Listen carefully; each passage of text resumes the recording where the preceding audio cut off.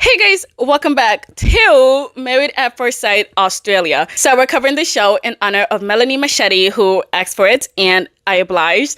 But she forgot to tell me that it's 40 freaking episodes. So what we're gonna do is we're gonna cut it up, of course, and we're gonna do 4 parts of this video. Each video is gonna be about 10 episodes long, and hopefully it's not as long as I think it's gonna be. I've got bad news. We're gonna try to aim for 1 hour.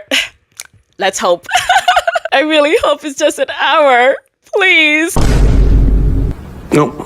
Anyways, I watched the first 10 episodes. I am mad. I am pissed. And so because of that, you guys have to be mad and pissed like me, okay? We share feelings here. That's what we do on this channel. Also, by the way, it's really hot in my room, so if I sweat, please ignore it. I'm doing my best to contain it. Okay, episode 1. So we're introduced to 3 guys. The first guy is David. He's 31, an e-commerce project manager, and also a rapper, and also a religious man, okay?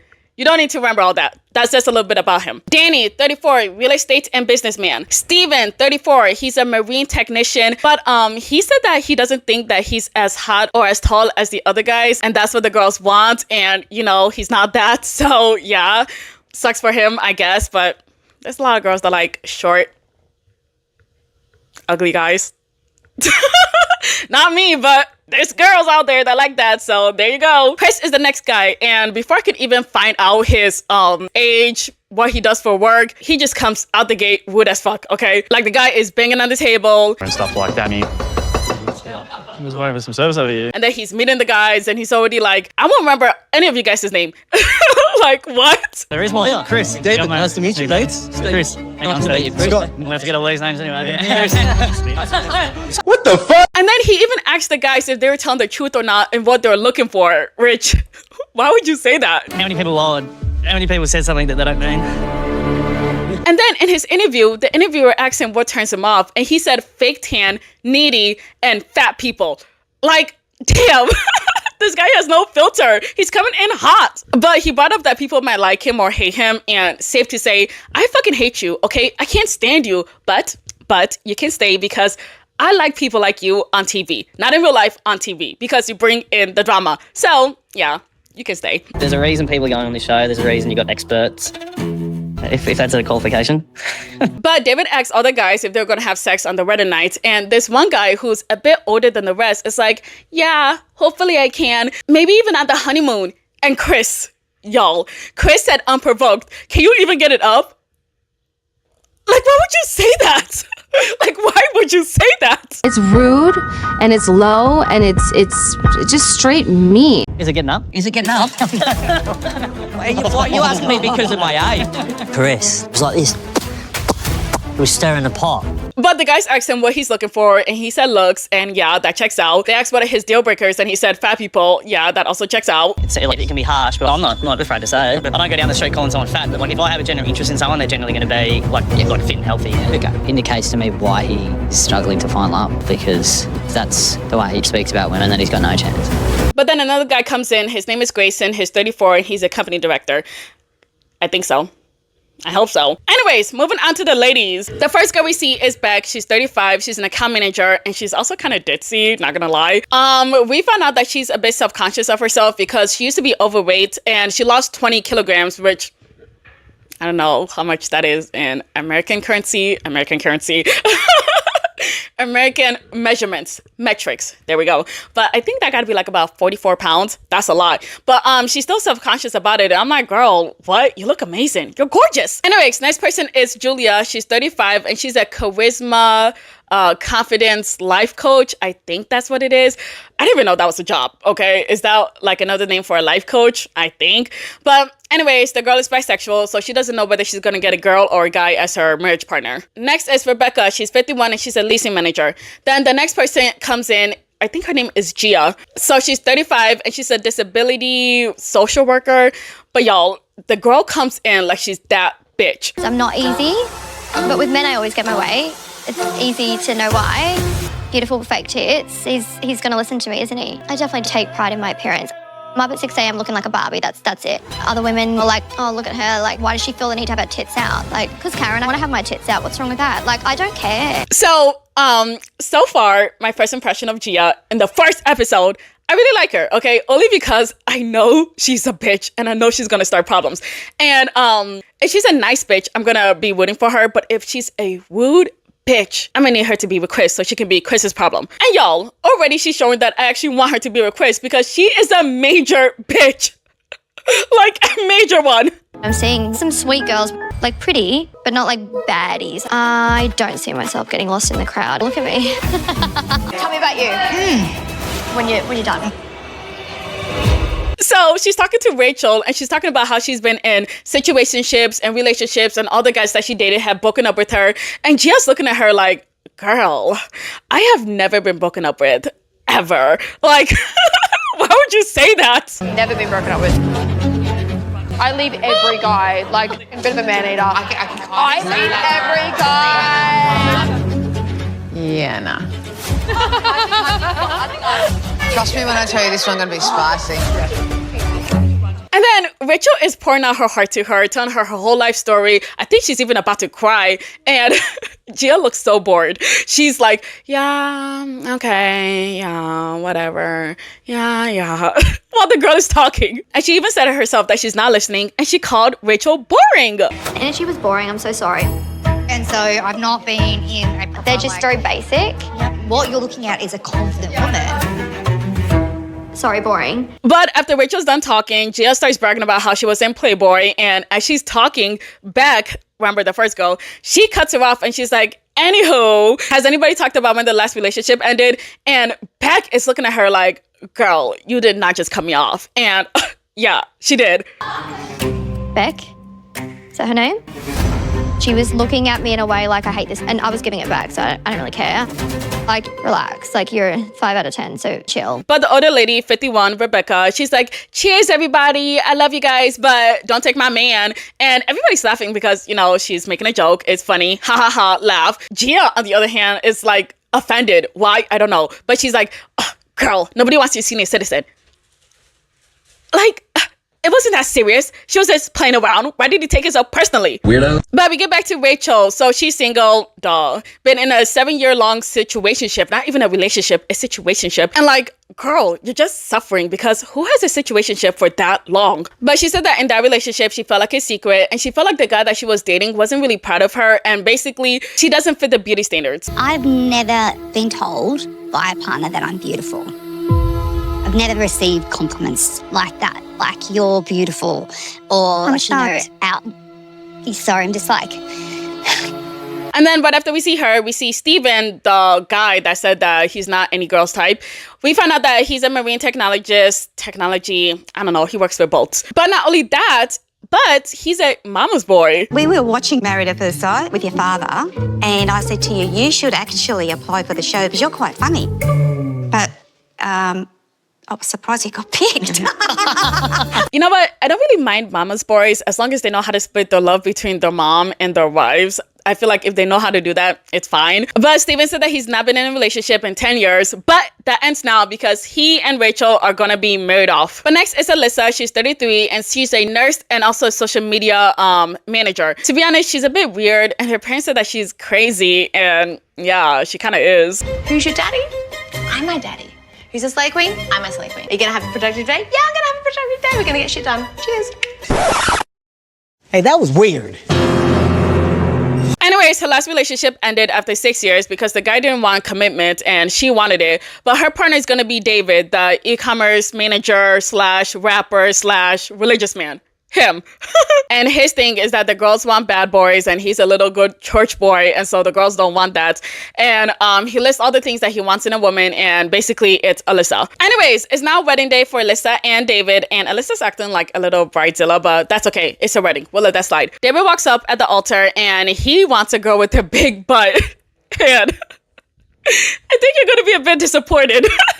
The perfect wife would be someone who's driven and confident, a kind, caring person, and maybe a great big booty. Nigga, no. What if she doesn't have a big booty? Object. But he walks in and all her friends thinks that he's hot as fuck and yeah, he is. One of her friends even said that she wanted him for herself. And she looks serious too. Ooh. But then they start lying to David, saying that Alyssa got a booty, and why are we lying? Do you like booty? Do I like booty? You're in for a treat. She's got more booty than you can handle, I'm telling you. Our prayers have been answered. Straight up liars. But they meet, and y'all, not gonna lie, this is a bombshell of a couple. They're both hot as fuck. And David's like, oh, thank God she's so hot. Like, damn, what if you got somebody ugly? What's going on? Like, I feel like if you're gonna sign up for a show like this, keep your expectations very, and I mean very low. So whatever you get, you're happy, right? But in a shocking turn of events, Alyssa said that she doesn't want to marry David, which is crazy because he's fine as fuck. What are you talking about? And then she's like, unless you get on your knees and propose. And everybody's like, ha ha ha, okay, you got me. I do want to add that when she said that she didn't want to propose to him, but she said that she didn't want to marry him, he took it like a champ. He was like, yeah, I understand. You don't got to worry about it. So, but she said, unless you get on your knee, he was like, ah, ha ha ha, thank God. But he said that he's not doing it. And he's standing on it. He said that he will do it later, but he refuses to do it right now. Wow, do I have to do it right now? Yeah, you have to get on one knee. Oh, you know, just the way things are set up. I gotta, we'll see. You're not going to get down on one knee and propose to me first? Eventually. So this goes back and forth for a while, and honestly, I don't get it because you guys are getting married. So it's not like a big ask to just get on one knee and then propose, right? But he keeps asking her if she's serious or not, and she's like, yeah, I'm serious, and if you don't propose, I'm gonna leave. And his friends are looking at her like she's crazy, and not even looking at her like she's crazy. They're saying this girl is crazy. But I think I might be crazy as well because I didn't see a problem with it. Oh, she's dead serious. I really need you to do that for me because that is like my dream. That is your actual dream? Yeah, I'm here for the long game. I'm not here to stuff around. I just want a man who's going to commit to me. I feel like it's not a big thing. If she said, haha, I will marry you if you propose to me right now, which is what she did. She said it in that tone as well. I would just be like, oh, okay, sure. And then get on one knee and be like, will you marry me? I don't feel like that's a big deal, right? But he's taking it like a big deal. And that's something that's supposed to be taken like a joke or some fun, ends up being like a serious thing. So now it's just like, yeesh, nobody's laughing anymore. I'll do that. I'll reenact that after the wedding. Is she not worth getting on one knee for? She is worth getting on two knees for, but so we're not doing the vows until I get down. Damn, I don't know, babe, But then he tells her that if she's actually serious about this, that he wants to forfeit and he doesn't want to marry her anymore. Hell no. I'm not taking that knee. And I'm like, damn, is it that serious? You guys, tell me, is it that serious? Because I think I'm going crazy. I actually had to pause the episode and had to go to my sister and tell her about it. And she was on my side, okay? So I know there's at least 3 of us, me, Alyssa, and my sister, that agree with Alyssa about this. But I want to hear from you guys. Is it that insane? Because I don't think it's that insane. He actually doesn't want to get down on one knee and say, will you marry me when we're standing at the altar? Literally at the altar, babe? It's too late to do that. Like, we're past that already. David's such a sweetie, and I can just imagine what he's going through.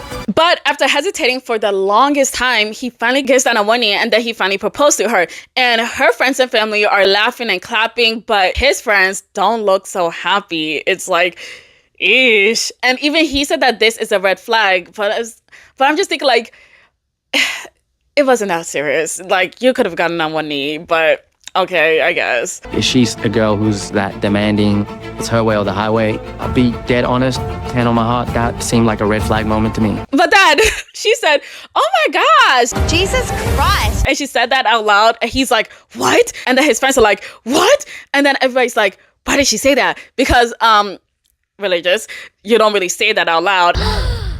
We're going to have fun in this experiment. Using the Lord's name in vain. I wouldn't say it upsets me, but it made me uncomfortable a little bit because obviously that's like my faith. Oh. And so because she said that, he's like, that's another red flag. So it's like red flag after red flag. And it's just the first day. I think it's like the first 5 minutes that they met each other and it's a whole bunch of red flags for the both of them. But she says her vows to him and the first half of her vows are filled with like expectations and it kind of sounded sassy. And he's looking at her like, that's another red flag. That's another red flag. That's another red flag. Alyssa. It's not looking good. But then in the second half, thank God, it sounded to sound more emotional and nice. And he's like, oh, okay, so she's actually a really good woman. Thank God. In the sea of red flags, he finally got a drop of green flag up in there. But he reads her red flags. He reads his vows. She likes them. And then they're both happy. And then off they go to the receptionist. Huh? Now we go to Rachel and Steven. And I don't know what's up with him and these fuck-ass hairstyles, but stop. Please. I think it's a bit too high. The guy at the bus stop says I look dashing with it high. What guy at the bus stop? Some guy. Honestly, I think he should just comb it back, but it's too late now. He's at the altar, and here comes Rachel, and the girl is laughing, and not like a little, ha ha ha, nice to meet you. It's like, ha ha ha ha, ha ha ha ha, ha ha ha, hey, ha ha. Like, what are we doing? Oh my goodness, hi. Hi. Oh my goodness, hi. Hi. How are you? Good. Y'all, she mentioned that she laughs a lot, which, you know, I can relate to because I also laugh a lot. But hers is a lot, okay? To the point that I think that my little laughing fits are nothing compared to hers. She got a problem, okay?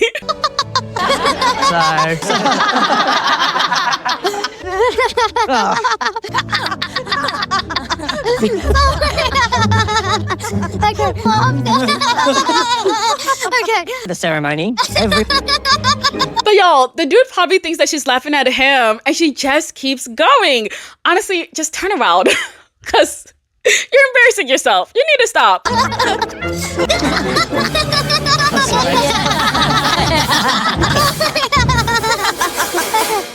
But they say their vows, then they kiss, and then they take some photos. But Rachel realized that Steven did not give her a compliment.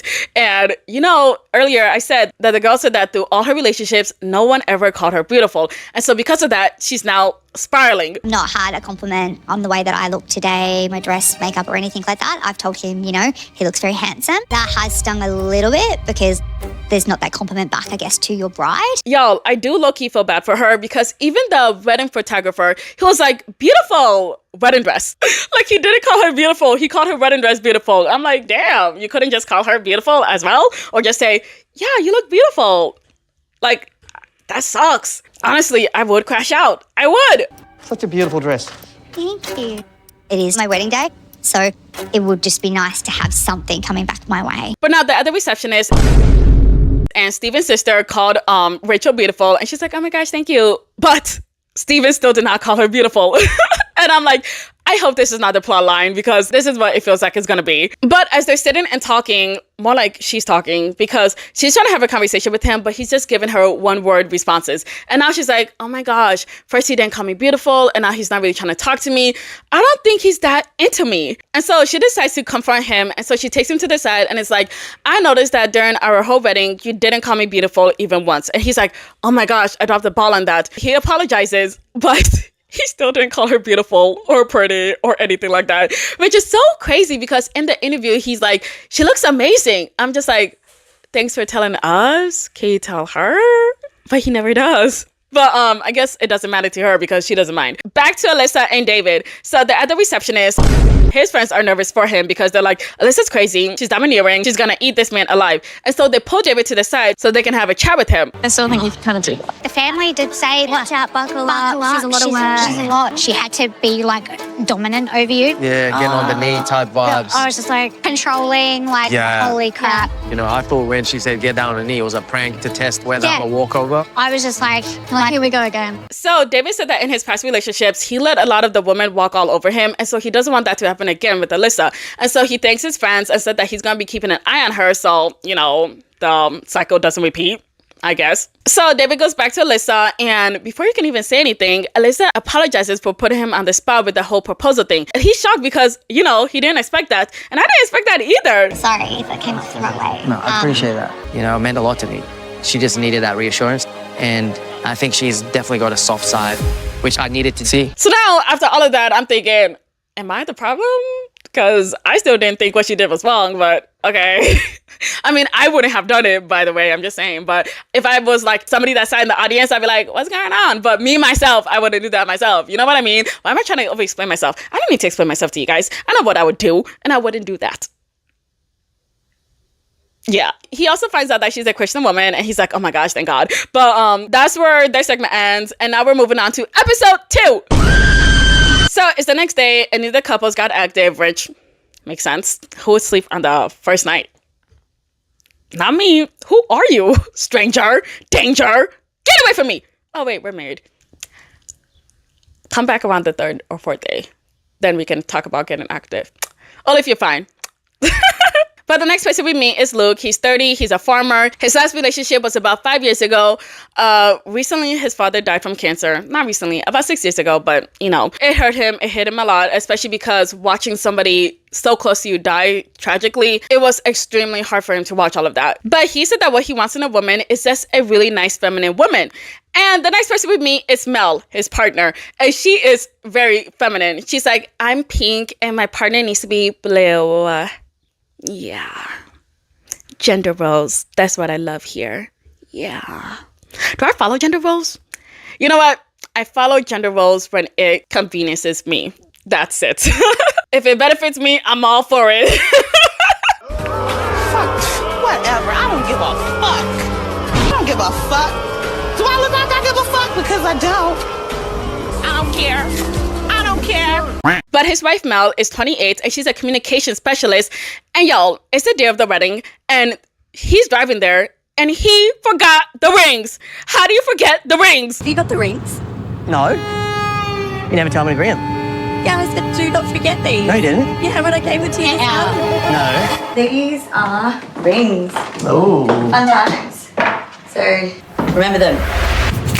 So because he forgot, he has to turn around and go back to get them. And poor Mel is thinking, my man is going to be at the altar and I can't wait to see him.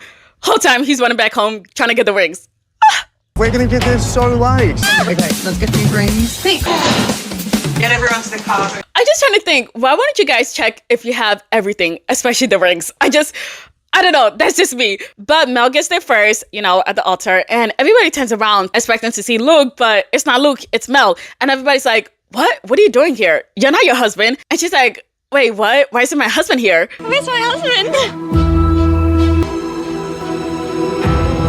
Like, y'all, the poor girl probably thought she was left at the altar. My goodness. But he finally shows up and she does not look impressed. And he's trying to play it off like a joke, like, haha, sorry, but I don't know. She don't look happy at all. For first day of marriage, you're a little bit disorganized.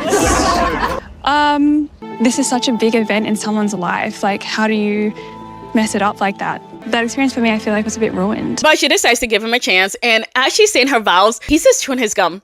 Hella loud. Hella disturbing. And clearly you could tell it's starting to piss her off. And I'm not even going to blame her. I'll be mad too because 1, you forgot the rings. And 2, you're not chewing gum while I'm trying to give my vows.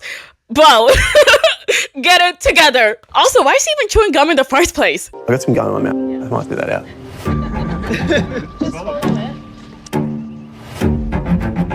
He like spat it out and gave it to his sister. I actually feel sick in my stomach. Like, just swallow it like everybody else. Y'all, I feel like he's gonna need to put in work to make her like him after this because, oh my gosh, this is not a good first impression at all. Oh, the poor guy. I mean, he had a lot going on this morning. We're always going to fend for our brother.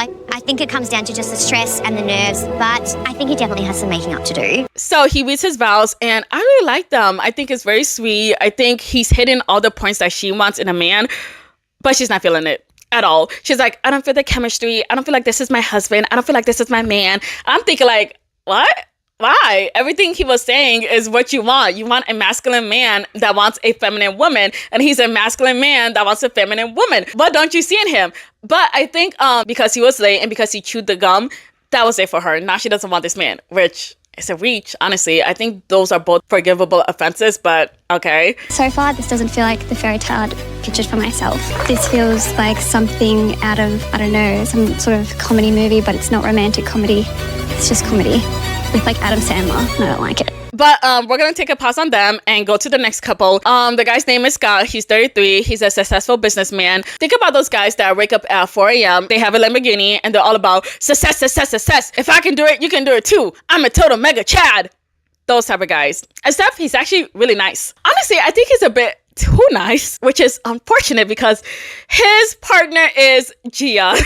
I'm like, no, not Gia. You should have been with Chris. No. My perfect type of woman, someone who looks after themselves as much as I do, you know, presents themselves well, beautiful eyes, beautiful body. I want a hot girl, 100%. But then we see Gia, and I'm like, great, this is wonderful.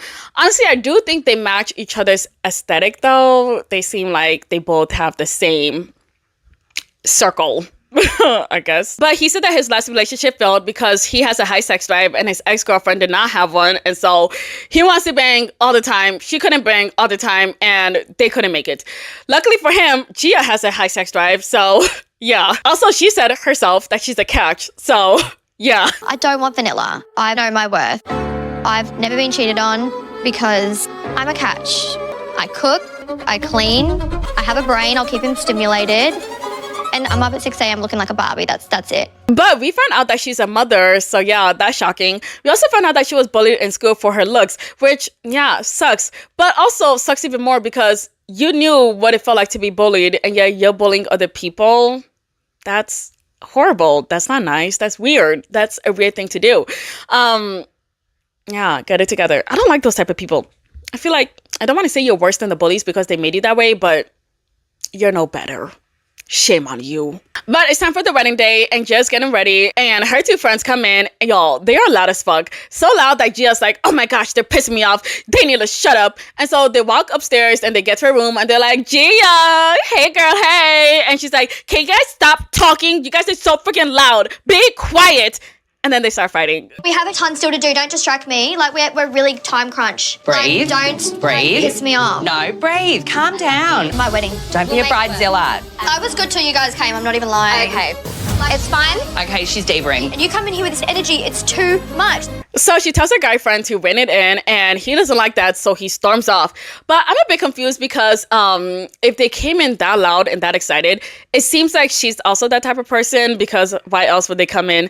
Ah! You know what I mean? Unless she's also like, ah! You know what I mean?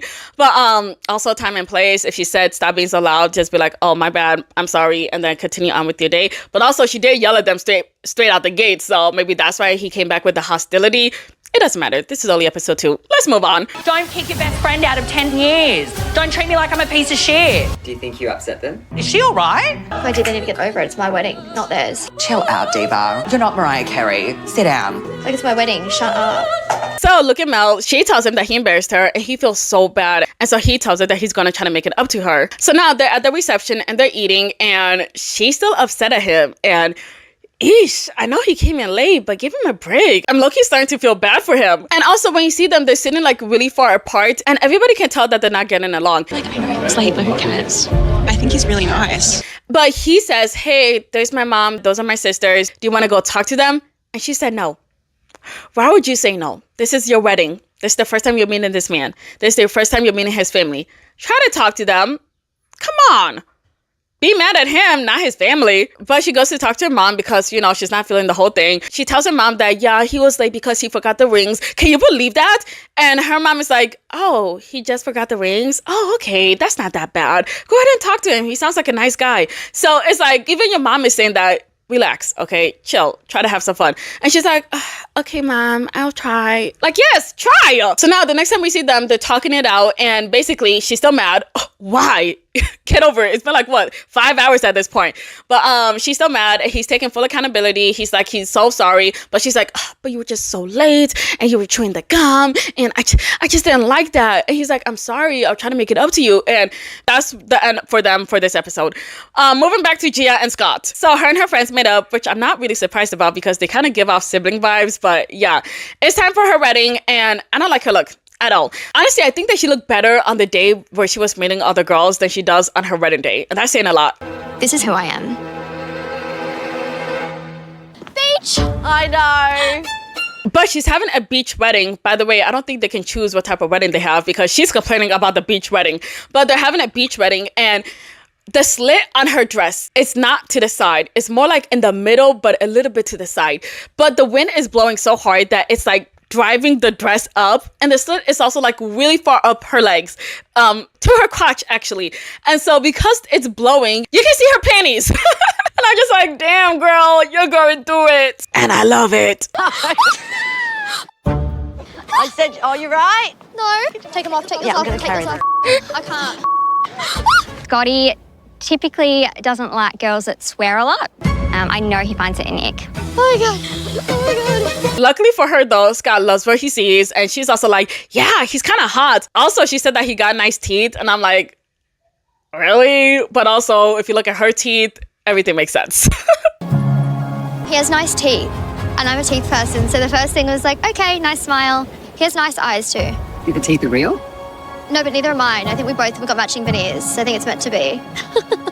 I don't get why people get veneers. They're like too big. But at least his veneers look a little bit more natural because he got like a natural teeth color. She just went straight up with white. And I hate when they do that. It's like, no, that doesn't look good at all. Anyways, they tell each other their vows. They both love it. They go to the receptionist, and everybody's getting along. Her family loves his family, and it's mutual. And she tells the producer that she really likes him, but she gotta tell him that she has a kid. And she's really nervous, and she hopes that nobody else tells him.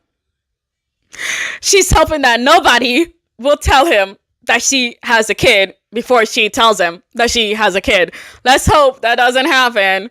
Let's hope nobody opens their big mouth, please. But as they sit at the receptionist, Will, her best friend, the guy that she was fighting with earlier in the day, he randomly asked Scott, hey Scott, do you have any kids? Why would you ask him that? Why would you ask him that? And he said no. And he's like, oh, okay, just asking. But it's like, Gia is mad because why would you ask him that? Because it's easy for him to be like, no, I don't have kids. Do you? Gia, do you? But Gia was worried about the wrong person because her uncle is talking to his parents, and he brings up the fact that Gia has a daughter. What the fuck is wrong with you? She looks after her daughter. Oh, yeah, okay, she's got a daughter. Yeah. Oh, okay. Yep.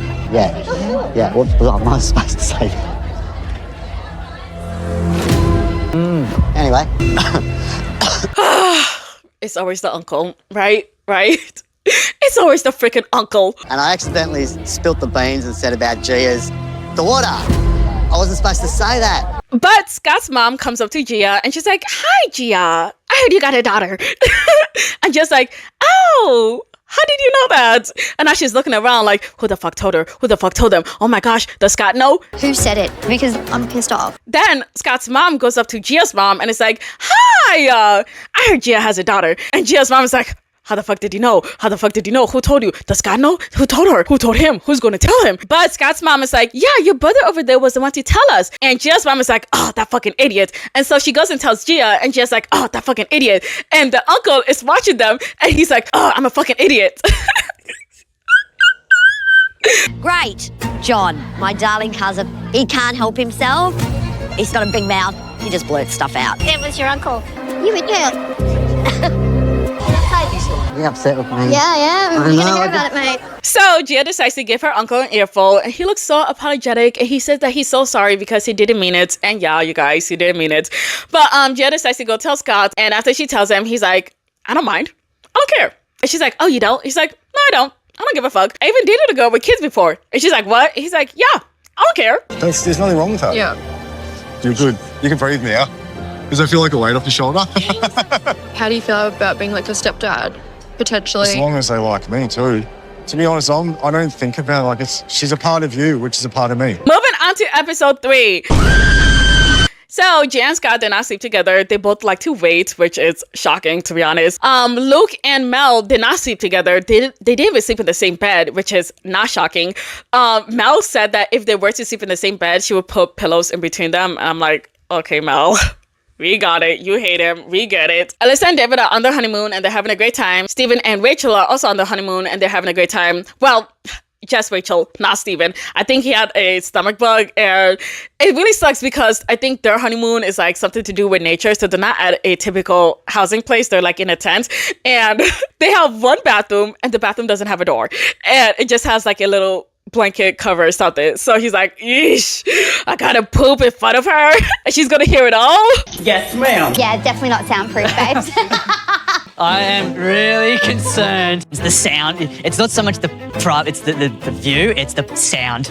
We're all human and we make sounds, and look, this early into the relationship, I don't want Rachel hearing my bowel movements. I honestly feel so bad for him because I'm a shy pooper, and so to do that on my honeymoon, on this specific honeymoon, on the show, so cameras are all on me. Oh my gosh, that would be my personal hell. Please, just take me out. But in this episode, we're gonna focus on Beck, and she tells her parents just now that she's on the show, and she's just now getting married to this just now stranger. For now, he's a stranger. Yeah. And her family is shocked, which makes sense. Her dad, though, is super happy because, well, at least I don't gotta pay for a wedding. Which was hilarious. But she lets us know that she was engaged before, but she broke it off because she just wasn't feeling the guy anymore. But we meet her future husband, Danny. He's 34. He's a real estate agent and a businessman.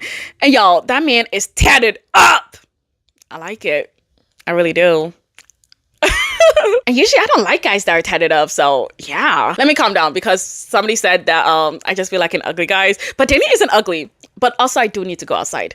But Danny isn't ugly. But he seems really nice and I like him. He gets to the wedding and we find out that one of his friends is a stripper. Not just any stripper, but like a famous stripper. And one of Beck's friends notices, which had me cackling because, oh my gosh, to be noticed at your friend's wedding as a stripper? Insane. And it's even funnier because he was really hoping that nobody would notice him.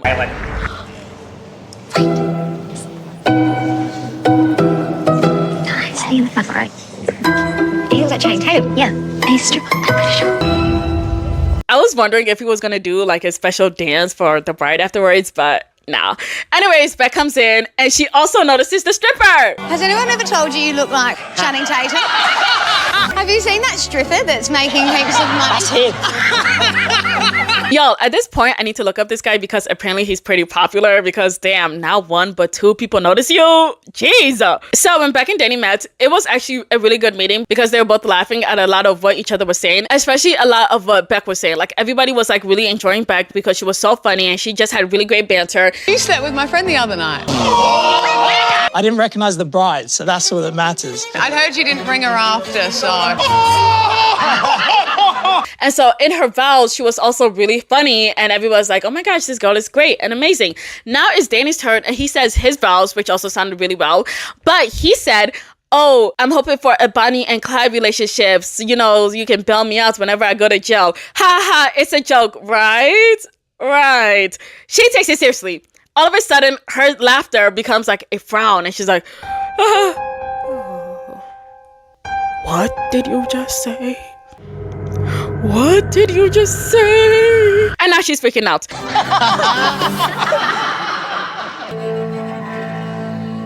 I mean, he seems like a really lovely guy, but I'm just a bit nervous, to be honest with you, I think. Keep in mind, this is crazy because, as I said before, she was the one with the banter, with the jokes, with the laughter, and now you're the one that gets all serious all of a sudden? Everybody's laughing too, so it's just you. Like, I know that I can be quite wild and fun, but, like, I really want to settle down. I want to be matched with someone that's serious about being with their forever person, not someone that's out getting hammered, acting a fool to the point of getting arrested. He mentioned earlier that he used to be wild, but now he has settled down. But I think when she heard that and now hearing this, she's taking it a bit too seriously. But now she said that she's having a lot of doubts, and I'm just thinking like, hopefully you guys can talk this out. She even goes and tells the producer that she doesn't even want to get married to this guy anymore. I'm just like, girl, you had me on your side. Now you're just straight up annoying me. I've given up everything, and you're mentioning getting arrested in your vows.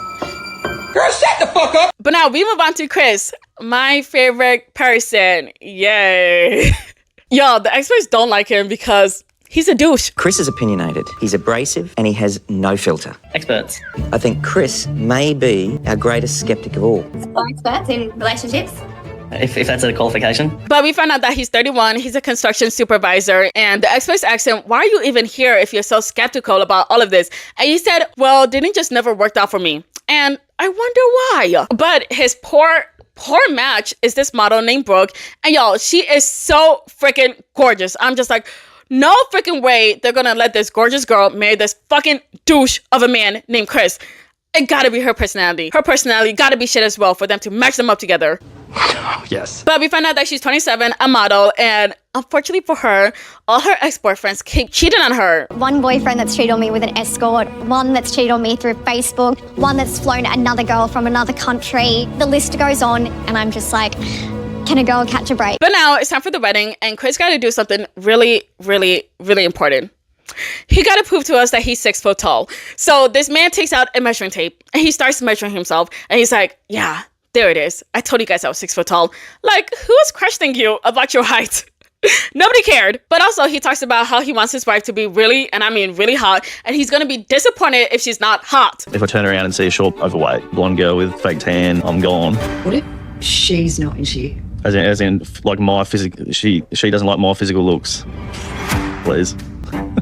Please. Yo, this man is just so delusional. He's a 6 at best, and I don't know what his problem is, but he needs to get it fixed. But now it's time for the wedding, and he's at the altar, and her bridesmaids come in, and he accidentally turns a bit too early, and so he sees one of the bridesmaids, and he thought that was his wife. But he tells his friends, oh my gosh, I thought that was my wife.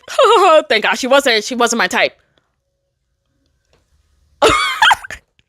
If I could bitch slap this man, I would. Not my type. Like, you guys, Brooke does not deserve this man.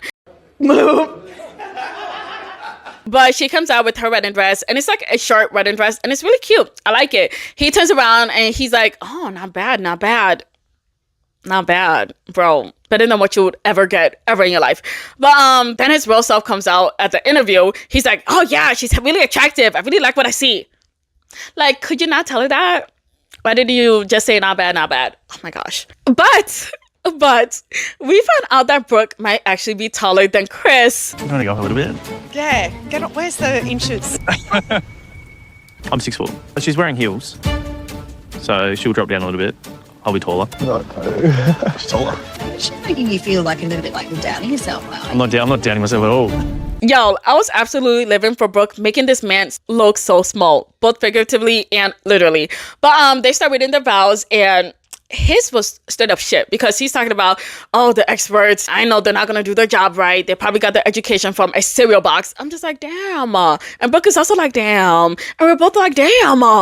He did say that this has like 0.000 whatever he said, 1% chance of working. So I'm kind of like, what are you doing here in a way? If he doesn't want to show the effort, I'm not going to be putting up with it. I don't care. So she's not impressed with this man at all. And she's like, if he's so skeptical, why is he even here? But it's time for the kiss, and he's expecting, you know, like lips, tongue, action, something. But she's like, I'll just give you a hug. And I loved it. But his friends are laughing at him and also shading him because basically the girl embarrassed him, and they don't like that at all. And doesn't shock me because his friends are shitty. And he even mentioned earlier that he likes to surround himself with people that are just like him. And so, yeah, his friends are just as shitty as him. But he doesn't even care about the kids because he's like, I'm sure I'm going to get one sooner or later. So, yeah, I don't care. 5 minutes later, he's complaining to the producer about the kiss he didn't get. Like, at least kiss me. It is what it is. I don't care. This is an experiment. You got 3 months. I don't care. I don't care. I don't care. I couldn't care less if I get rejected. I'm a grown man. Like, it just annoys me. Why? What's the word for it? So for someone who claims he doesn't care, he sounds like he really does care. Anyways, back to Beck and Danny. So she's still upset about that whole jail joke thing. And he mentioned that he has a cat, and she starts gagging, which I thought was rude. Then he has like this crown brooch, and he has it like on his suit. And she's like, oh, that's ugly, which I also thought was rude. And then she's like, when did you come to Australia again? And he's like, 13 years ago. I said it in my vows. And she's like, oh, I must have forgotten. Yeah, you did. And so I just honed in on getting arrested. So why'd you hear that? Beck, can I get you to come just up here a little bit? Darling, I'm worried about you, though. Because I'm here for real reasons. I promise you, I wouldn't come here for clout. I promise you that. Don't get that shit, yeah? I'm just a bit nervous about you saying if I get arrested, you bail me out. What are you doing on weekends, mate? Her whole behavior and line of questioning is disgusting. He said it was a joke. Relax, let it go. But she's like, wow, he took all my line of questionings really well. Like, girl, go fuck yourself. But Danny's really nice, and he's like, all I need is that 1% trust. I can earn the other 99%. And I'm like, damn, this is a good man. And she's over here fucking it up. Like, honestly, I would have dropped her by now, and it really sucks because I really did like you in like the last 1.5 episodes, but now you're just annoying. You gotta go. I feel bad that I may have judged a book by its cover. Really? I feel like he would make me feel safe, which is nice. Which I asked for, so I probably shouldn't have cried like a little baby because he said he was going to get arrested. Do not get arrested. Do you think he's going to like me? He's probably run for the hills. Anyways, back to Chris and Brooke. So it's the receptionist, and her friends are talking, and her friend is like, oh my gosh, Chris is kind of cute. And Brooke is like, girl, really? And honestly, yeah, really? Girl, drop that friend. She's trying to sabotage you. And I mean that. Brooke said that so far she hates him, but she loves his parents. But they start talking, Brooke and Chris, and they're actually having really good banter. But she asked him what he looks for in a woman, and he said, oh, nothing, just a personality. Like, bro, why are you lying? They need to roll back that interview tape. But unfortunately, they're actually getting along, which I hate. I'm happy with Brooke and the decision the experts have made. Experts 1, Chris 0. I'm not saying expert 1 is Chris 0. I'm not saying that.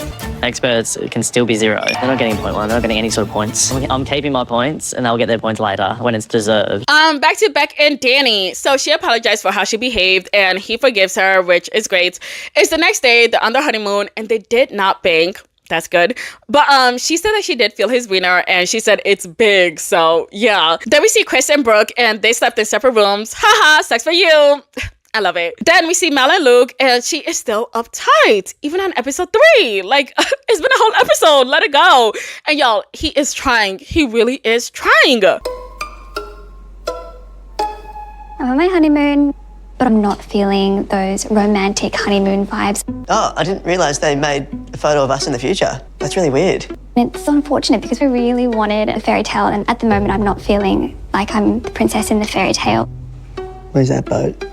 You need to get on it so you can go back to the island so I can sleep in a king bed by myself. But Luke said that he's doing his best, and he really is. Oh my gosh. I wish they would put Luke and Brooke together, but yeah, it is what it is, I guess. Back to Beck and Danny. So, I know I said earlier that they didn't bang, but I guess it's the next day now because now they banged. And Beck is really happy, and she's like, oh my gosh, we have great sexual chemistry, and he has such a big anaconda. Yeah, she said that. He has such a big anaconda. Oh my gosh, it was amazing. I saw Daniel's anaconda, and it did not disappoint. Very pleased. A+. That's great.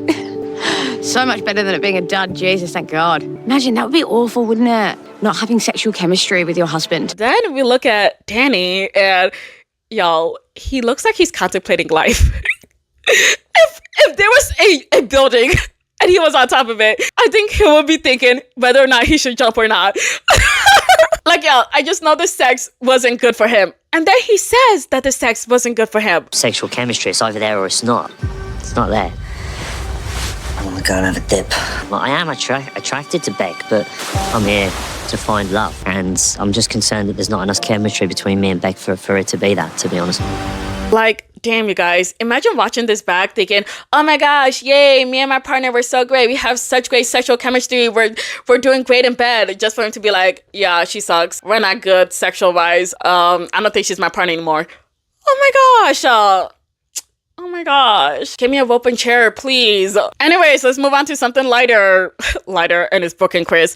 Brooke and Chris are next. They're having a great time, especially Chris. And now because of that, he's down in his opinions about the experts that, you know, he was shading. It's going well. Things are going well. I think I'm going to have to start apologising to people soon for ridiculing them. Who do you want to apologise to? No, I'm not apologising yet. I honestly feel like he came on the show so he could prove them wrong, and now he's mad that, you know, they're proving him right. Moving on to David and Alyssa. So on the honeymoon, they went to a steam room, and David ended up falling and busting his knee. Like, he busted bad, like it ripped and everything. Like, the guy needed stitches. Luckily for him, his wife, Alyssa, the nurse, was able to patch him up, and he's like, damn, this is my wife for real, for real. Like, yeah, that is your wife. Can you believe that you almost let her go because you didn't want to propose? Like, wouldn't that be crazy? Anyways, back to Beck and Danny. So she's noticing that he's acting a bit distant, and so he goes to talk to him, and he admits that, yeah, we don't have sexual chemistry like I thought we would. And she's really upset, but she tells him, oh, okay, maybe we'll be better off as friends. And he actually agrees, and she's shocked that he agreed. I think she was hoping that he'll be like, oh no, let's try to work this out. But no, he's like, yeah, maybe we would be better off as friends. Like, what? I think as long as we're both open and honest with each other, that's all that matters, really, isn't it? Yeah, absolutely. We're such good, like, at the minute, we're such good mates. So now the girl starts crying and he throws himself in the ocean. Again, y'all, he's been swimming a lot. Like, every single time we look at him, he's in the water. She's like, oh my God, she's not attracted to me. All this work that I put into my body just for him to not think that I'm hot. But like, girl, he does think you're hot. He just doesn't think that the sexual chemistry is there. Which, by the way, how do you fix? How do you fix that? Do you just like change positions or what? I don't know.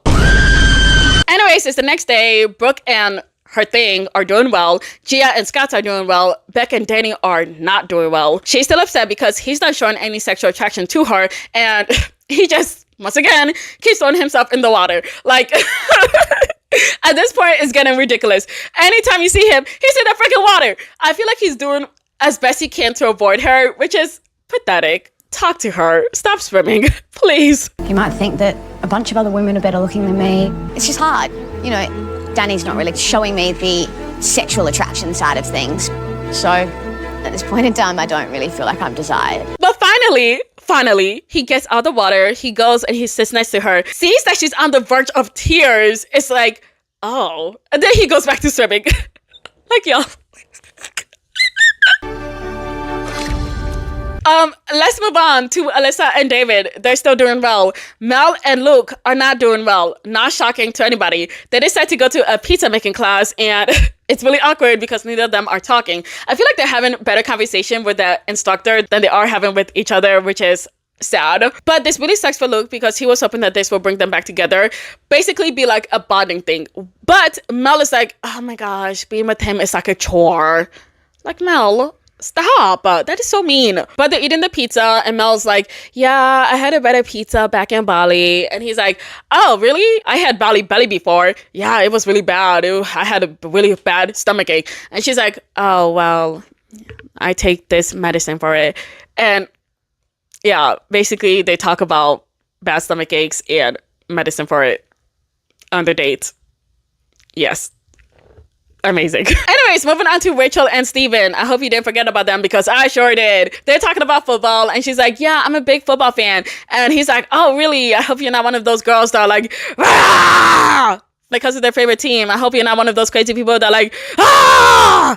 When it comes to sports, because that's really crazy if you're one of those people that like to go like, ah! I love this team so much! Ah! Right? Right. And go, No. That's absolutely not a picture of Rachel at all. I don't want that to be painted in your mind because that's not what I'm like. I feel like you're going to be like... I don't want you to put that on me because that's not what I'm like. I'm sitting here telling you that's not what I'm like. So please accept that's not what I'm like. I'm telling you how I am. Anyways, the conversation went from fun to serious because she's like, I hope that you don't think that I'm actually one of those types of people. And he's like, no, I really don't. I was just playing. I was just having some funny banter. Also, if you were like one of those people, I wouldn't care. I don't really care about that stuff. But she's like, no, you really hurt my feelings. And I'm like, what? It was a joke. Are you serious? Yeah, she's serious. But now she's on the verge of tears. And yeah, things got really awkward really fast. I'm sure you can see right now that I'm hurt. I'm falling down, making myself smaller. I didn't think I'd get that reaction out of Rachel. It's just a joke. I thought we were having a good time. And then it turned pear-shaped really quickly. For me, it's not banter and flirty though. It just feels like you're putting me down. That's what it feels like. But he apologizes, but she doesn't really forgive him. And then she walks away. And... I'm so confused because why are you acting like this? But she said that she doesn't find it funny because he's actually assuming that that's what she is and she's not that. But like, girl, he's not assuming that. He's just playing around with you and you're taking it seriously, which you shouldn't be taking it seriously. But he's like, oh my gosh, she thinks I have bad behavior, but no, he doesn't. Stop it. Stop acting the way you do. Stop it. Anyways, time for a new couple. The first one is Rebecca. She's 51, a leasing manager. She has a son. And she said that dating is really hard because usually guys don't come up to talk to a 51-year-old lady. But her partner is going to be Steve. He's 50. He's a creative director and he got 4 daughters, which is great for Rebecca because she wanted a man that had kids. But now it's wedding day. They both like what they see. Rebecca is also a chronic laugher, which is so funny because we just seen one, Rachel, and now we're seeing another. Luckily for her though, if we could even say this is lucky, she's not as bad as Rachel. Still pretty bad, but you know, not as bad as Rachel. But they both say they do, they kiss, they head to the receptionist, and Yes, ma'am. They head to the reception and everything's going good until she starts having a laughing fit.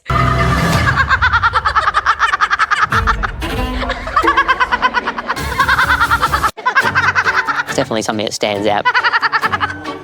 I'm not sure if that's a normal, traditional laugh. Look, it's louder than I'm used to. That's for sure. I like, is there like a laughing epidemic in Australia? Like, what's going on? Anyways, moving on to Beck and Danny. So they're going out to dinner and she was talking about him and this leopard print shorts. I don't freaking know. I think it's a part of a banter, but he's not getting it. I'm not getting it. That was something. Honestly, I felt like he should have given her like a chuckle here or there, but it's just really awkward between them. Like, even with her banter, he's not laughing at all. But they seem really uncomfortable, more him than her. But then she says if he's gonna keep staring at that girl that he's been staring at the whole entire day. And he's like, what? And she's like, what? And he's like, are you playing? Because, you know, she was just playing earlier. And she's like, no, I'm not playing. Are you gonna keep on staring at that girl that you've been staring at this whole entire day? I don't even know what to say to that. When did I supposedly look at her? Ugh, girl just ran past it. Has been in your eye line all day. You watched her run past Arbilla this morning. You watched her at breakfast. Triple take then. But he said that he wasn't looking at any other lady and that's crazy. And she's like, oh, right, I'm crazy. And he's like, no, I didn't say you were crazy. I said that was crazy. Also, you kind of make me scared just to look anywhere because you're going to assume that I'm looking at somebody. And then Beck gets upset and then she walks off. But the producers catch up to her and she said that she's just over it. He's not into her and he keeps staring at other people. And honestly, she's just done. Oh, what are you talking about? Like, I'm over it. You're not into it. You're not into me. That's fine. Let's walk away. But Danny said that he's hella confused because the things that she's accusing him of doing, he's not doing it. And he feels like she's just mad because, you know, they don't have any sexual chemistry, which, yeah, I think that's what's going on here. But then she walks back and it's really awkward. Honestly, I think she should have just gone home. I would have just gone home. Danny said that they should forget about everything. And he does this really cute thing where he was like, do you know the movie Men in Black? How about we take that little pen thing and we just press it and forget about everything? And she's like, okay. And so he does this like hand motion thing so they can forget everything. And everything's going good until they get an expert box. And basically it's a box from the expert that has a bunch of questions in there and they're supposed to answer it, right? Right. Keep up with me because it's going to get bad really soon. So they get a question and one of them said, say something that's endearing about your partner and an annoying trait that you don't like about them. Beck says the endearing thing and then she said that his annoying trait is that he likes to stare at girls while he's out on vacation with his wife. And I'm like, girl, did we just forget about the whole forget thing? The whole cute little let's forget about everything. Why did you bring that up? Why? You okay? Yeah, I just need to crack my neck.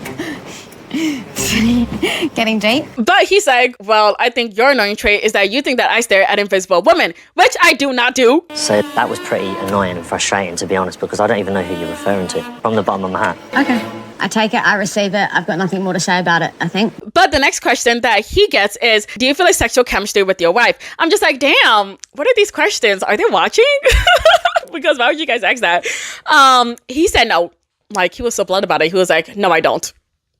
Kill me now, please. Not too much, to be honest with you. No. Yeah.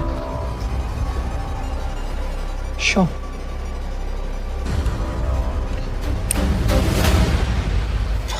But y'all, she doesn't look like she's taking this well. But he's been like a good sport about it. And he's like, well, that's okay. Maybe we can fix it. And she's like, yeah, maybe we can make this magical. You know, be as magical as you with your other girlfriend. Like, what? What are you talking about? Might be magical with the other girlfriend. She said that she was joking and he said that it's not funny, and yeah, it's not. He said that he doesn't like that she keeps coming up with these fake scenarios and then finally after they get over it, she just keeps going back to them over and over and over again. Then he tells her that she's not really ready for this experience and she walks off all mad again. And then as a comedic relief, I don't know who did this or who said this was the right time, but fireworks just start popping off and I'm like, oh my gosh, of course it would. Of course it would. And it's doing all of this while she's just crashing out. You don't think I'm ready for this? Who's not ready for this experiment? Do you feel a sexual attraction to me? No. Could you be any quicker? Like, ugh. I don't know who you think you are, David Beckham? Do you think you're David Beckham? He obviously thinks I'm absolutely hideous. He's angry at me for calling him out on looking at another woman all day. He's like, that never happened, that never happened. It did. It happened. So clearly, I believe that she has self-esteem issues, especially more than ever because, you know, he isn't sexually attracted to her. But girl, make a decision. Leave or stay. Work it out or go home. But don't just sit there, cry and wail, because now he's going to go from, damn it, I really like her, but we have sexual chemistry issues, to now, damn it, we have sexual chemistry issues and she's crazy. She's a straight up crazy bitch. Because that's what it's giving off. You're wailing and crying. You're coming and laughing. You're joking. You're bringing up things that you guys just got over. And it's like, I don't know what to do with you. I'm sick of you. And I'm not even with you. Really, then. But that's where that episode ends. Moving on to episode 5. Was that episode 4? Did I let you guys know that was episode 4? No. Well, that was episode 4. I'll fix it somewhere in there. Yeah. So we meet Stella. She's 32. She's a beauty technician. She was born in Lithuania. She moved to Australia when she was 23 so she can have a better life for herself and her future family. Her man is Philip. He's 38, a carpenter. He came to Australia when he was 1 year old. He was born in Croatia. He was born in Croatia. That's not how you say it. Croatia. Croatia. Give me a second. Croatia. Croatia. You know what? I just don't think I can say it. Croatia. That still doesn't sound right. You guys know what I mean. And to all my Croatian viewers, I'm trying, baby, I am. Not here, kitten whiskers.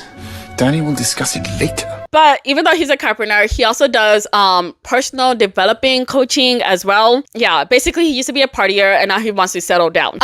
Next person is Julia. She's a charisma, confidence, life coach thing. I said earlier, I think I did. I'm pretty sure I did. She's bisexual, doesn't know whether she's gonna be matched with a guy or a girl. We see at the altar a man, so there goes our hint. It's a guy. His name is Grayson. How old are you, Grayson? 34. Yeah, he's a company director. He used to play football but couldn't play anymore. He was so close to going pro, but then he got an injury, so now he can't play. So yeah, that sucks. That really sucks. Damn. I know I'm laughing, but I feel sorry for you. Yeah, I do. Anyways, it's time for the wedding day. So they meet. They're both happy with each other. She was really happy to see him, which shocked me a little bit because I really thought that her storyline was gonna be like, oh, she's gonna get a woman as a bride, because she kept saying, I don't know if it's gonna be a guy or a girl, a guy or a girl, a guy or a girl, but here you are with a guy. So womp womp to all our, you know, LGBTQ viewers. Yeah, you're getting a straight couple. How are you? I don't know whether... What's your name? I'm Grayson. Grayson and Julia. My match is a man, turns out. I did not know if I was going to be matched with a man. I did not know if I was going to be matched with a woman. And either way, it didn't really matter. But for me, I wanted to feel that spark, and I absolutely felt that spark. Back to Stella and Philip. So it's their wedding day, and Stella's getting ready. But her bridesmaid said that she doesn't like Philip already, which is interesting. She said that she had a dream where she confronted him, and in that dream, she didn't like what she heard. So yeah, she's not going to be keeping an eye on him, which is interesting. There's nothing I wouldn't do to protect her, and I'm a great observer and judge of character, so I think I'm going to pick up on that really quickly. It's the wedding day. They both see each other, and they both like what they see, which is good. She's a bombshell. She's hot as. So they read their vows to each other, which was both nice and emotional. Then they kiss and they walk off. But one of Stella's friend is like, I don't know. His vows sounded a bit suspicious because what Philip did was that he mentioned that he had a YouTube video in his vows. And Stella's friend is like, why would he add that in his vows? I think he got ulterior motives. He was really emphasizing about his YouTube and his online thing. Isn't that something you would mention in private? No. It's not a vibe. Is he here really for true love? Is he here to elevate his platform? I'm waving the red flag.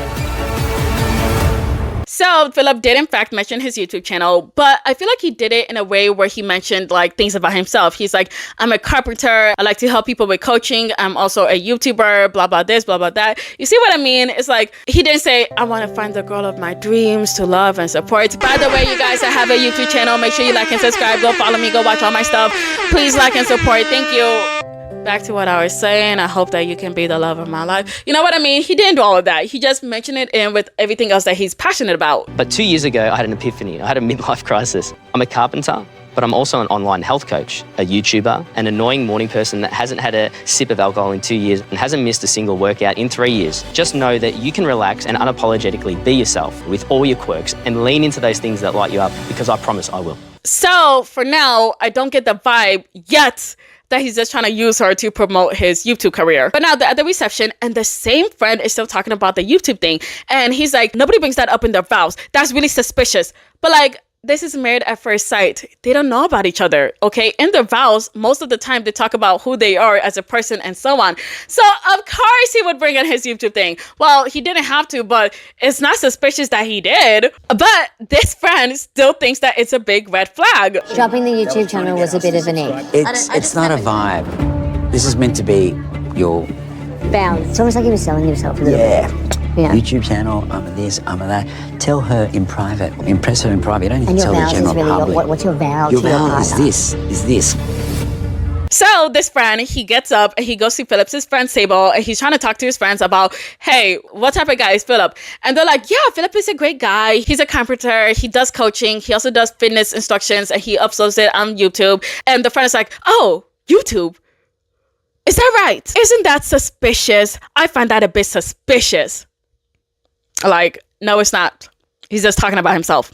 Calm it down. But his friends are like, whoa. Wait. Philip is not like that. He's a great guy. Don't worry about it. And the friend leaves. His name is Joe, by the way. Joe leaves and he goes back to his table because, you know, he didn't get all the answers that he needed. And he said, I don't think Stella deserves that guy. Stella deserves a great guy like me. He didn't say that, but I feel like that's what he meant. I think he wants Stella because why are you doing all of this unless you want Stella, right? Right. But now one of Stella's friends gets up because she wants them to do a Lithuanian tradition.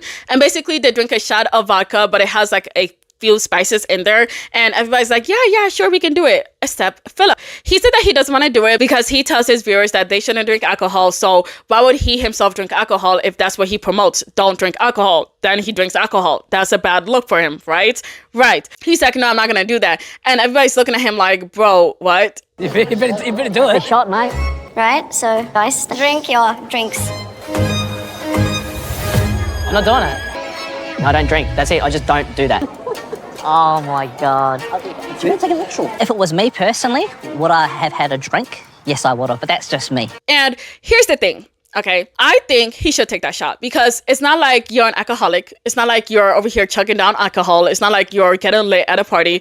It's a tradition. It's a shot. It's nothing big. Even his friends are like, I would have taken the shot. I don't know why he's not taking the shot. But he's standing firm that he doesn't want to take the shot because he doesn't want to give a bad look to his viewers. Because, you know, they might be watching the show. I'm not drinking vodka. I'm not drinking it. What's that? He won't have a shot. Traditions are quite important, right? It is what it is. Stella, she wears that with pride. Oh, Jesus Christ. It's a freaking tradition. It's one shot. Now, does he value his online presence more than his wife? Yes. He sure does. But also Stella didn't really seem to mind, so yeah, I guess it's fine. If I was him, I would take in the shot. Him saying that it's a bad look for him, I feel like his viewers would have let it slide. If he was like an alcoholic and he was trying to be sober and then they were like, drink, then I would have a problem with it because hell no, he shouldn't drink. But you're not that, okay? And it was just a shot. Okay, nobody would have looked at you funny, but whatever. Stella didn't mind, so why would I mind? Like, yeah, I don't, I just don't, No, absolutely. Just, I teach guys to be sober. Yeah, definitely. Because guys rely on me to coach them, I'm like, I don't do it, do you understand? Yeah. There's a big online presence there, isn't there? Just that little bit didn't sit well with me. Anyways, let's move back to Julia and Grayson. So, they're doing great so far, but she says that she wants to let him know that she's bisexual, and if he can't accept that, then it's gonna be a deal breaker. But they're at the reception, and one of his friends are like, hey, Julia, what's one hard thing about dating you? And she's like, oh, I think I'm bisexual. And Grayson's face, okay, his reaction that he made, it looked like you told him that you just killed somebody, because what the hell was that? Yeah, I've dated men, I've dated women. But after that whole reaction, he's like, yeah, I don't mind. And then they move on. Like, like they just made that whole thing suspenseful for nothing. But yeah, he doesn't mind. He doesn't judge her at all. And they just move on with their life. Back to Stella and Philip. So her friends pull her to the side and ringleader Joe was like, Stella, we don't like that man for you. We think that he's just trying to use you to promote his business. And we don't think that's cool at all. With the vows, it was, I'm a carpenter, but I've also got an online health business. Why promote YouTube exactly what I and said. him during your nuptials? Are you here for the right reason? And she's like, oh, okay, thanks for telling me. And then they go back to their seats. But now Layla, that bridesmaid that, you know, had a dream about him, pulls him to the side and it's like, hey, do you have the right intentions for Stella? Because I think that you came here with ulterior motives and you're just trying to promote yourself and your big online presence. And he's like, what? I'm not even big online. And yeah, he's not. When they showed us his a clip of his YouTube thing, it showed that he only had like 3,000 subscribers. And coming from a small creator, that's a small creator. But he said that his YouTube career is just an outlet. And Layla's like, oh, but Stella didn't come out here talking about her business. She poured out her heart to you and you just kept talking about your business. And like, what? No, he didn't. And if anything, they wrote their vows before they even heard each other's vows. Like, he didn't know that she was going to pour out her heart and her emotions and everything to make it like sound so sincere and emotional. He didn't know all of that, okay? He just came there to talk about himself, what he wanted in a woman, and basically their future love together. That's it. From all of that, you picked out YouTube and you just ran with it. That's all you ever talked about in your whole entire vows. No, it's not. No, because that's something that's important to me that gives me purpose. This is part of my story, why I changed as a person, and then that was an avenue for me to become. Do you know what I mean? Like, I'm very proud of it. It's like, just that boast. Yeah. Do you get what I mean? Yes and no, because like I just can't listen to someone just misjudging me or whatever. But Layla said that she's not judging and it's just an opinion. And he's like, well, you're misopinioned. And that made me cackle. That was pretty funny. But he tells her that his intentions are pure and that all he was just trying to do is just talk about in his vows how he came up and how he's the person he is now. And Layla's like, hold up. I don't really care. I'm like, what? Bitch, what the fuck? That is so fucking rude. Oh, I would have bitch slapped her. Oh my gosh. And then after that, she's like, I'm gonna stop you right there and tell you that you're irritated. You sound irritated. Why don't you go ahead and calm down? You're irritated. Okay. It's okay. You don't have to tell me. I just don't want someone to tell me I'm thinking something or whatever. I'm very calm. Like, I'm just listening to what you say. Like, No. It's okay. Breathe. No, I'm relaxed. I'm breathing. No, you're getting really worked up. I can feel it. I can feel it. I can feel it. You don't have to tell me. I feel your energy. Okay. You are agitated. Y'all, if I wasn't irritated before, I am now. Do not tell me to breathe and to calm down if I wasn't mad in the first place. Bitch, now you're gonna make me mad. Now I'm mad, especially because you got me worked up in the first place. But Layla said that she's just here to look out for her friend, and he said that he's here to look out for his wife, and that he wouldn't have brought his parents here if he was just playing. But they decide to walk off, and she doesn't like Philip, duh. And I wouldn't blame him if he didn't like Layla either. But now, moving on to episode 6. If you didn't think there was drama before, here comes the drama. But before that, Stella and Philip are on their honeymoon and they're having a great time. She's like, I think my friends may have overreacted. And yes, they definitely did. Julia and Grayson slept in separate rooms on their wedding day, but he's hoping that on their honeymoon, they're gonna sleep in the same bed, and nope. Maybe next time. But he's hoping that someday is gonna happen. Gia and Scott did the nasty last night, and he's a very, very happy man, and she's a very, very happy woman. Beck and Danny. Ooh. So they want to clear the air after what happened last night, and then they apologized to each other, and she said that she was, insecure, and he's like, yeah, I could tell. He didn't say that, but I think he could tell. But yeah, they make up. Rachel and Steven also made up. He said that he felt bad for hurting her feelings, but I don't think he should feel bad because he really didn't do anything wrong. I feel like she's a bit too sensitive and maybe she should work on that, but that's just me. But today's the day where all the couples are going to meet each other. Gia and Scott are hoping to be the power couple. They're not hoping. They're claiming they are the power couple. Gia's trying to tell Scott all the drama, and basically she said that some of the girls don't like her, especially Beck. And then we see Beck, and she's telling Danny that she doesn't like Gia. And so, yeah, at least the hate is mutual. I don't know, we just didn't like each other. Oh, you didn't like each other? No. She just looked at how I look and she was just trying to judge me. I would suggest that Gia thinks her doesn't stink. Maybe she's intimidated. Maybe she thought she's going to be like the hot girl. Like, she's really trying to be something, and it's like, just rubbed me the wrong way completely. I think she's very basic. Maybe she's jealous, but that's an issue of hers, not mine. But Danny said that things with him and Beck are going great, except for the sexual chemistry. And the producers are like, okay, rate it from a 1 to 10. And he's like, 3. Like, what? 3? And then he's like, people might think that's bad, but that's not bad. But like, yes, it is. That's like a 30%. Who would want that? Not me. But like, also, how does one fix sexual chemistry? Like, is she just not good in bed? Are hormones turning you off? Is the kitty not good? Are you just not attracted to her naked body? What is it? Let me look it up. Okay, so this person said, in my mind, there are 2 components to good sex, mechanics and chemistry. They feed each other and one can compensate for the other, but they're kind of separate too. The mechanics you can teach someone. Can they keep a rhythm? How their oral/manual techniques? Do they know how to wield toys? Do they share kinks? Are they learning your particular body and turn-ons? Do they know your spots? Do they take feedback and attune to your reactions? The chemistry mostly just is or isn't. Do they feel and smell nice to you? Do you find them attractive? Do you feel comfortable letting your guard down? Do you just want to be with this person? Do they make your heartbeat a little faster and or your nether regions tingle? If I have chemistry with someone, it makes up for a lot, and I have a fair amount of patience in figuring out and teaching them the mechanics that works for me, and of course learn theirs. Oh, somebody gave a much shorter answer. Good, everything feels natural. Our energies feed into and amplify each other. Our rhythms match. Bad, feels awkward, disconnected. We're not on the same page. Oh, okay. Sexual chemistry is the feeling that tells me if I want to get naked with you, the sparks fly between the two people. Bad sexual chemistry will be if you creep me out, so give me the ick. Usually it's just a lack of chemistry. Oh, okay. I see. Damn, Beck, how you gonna fix that?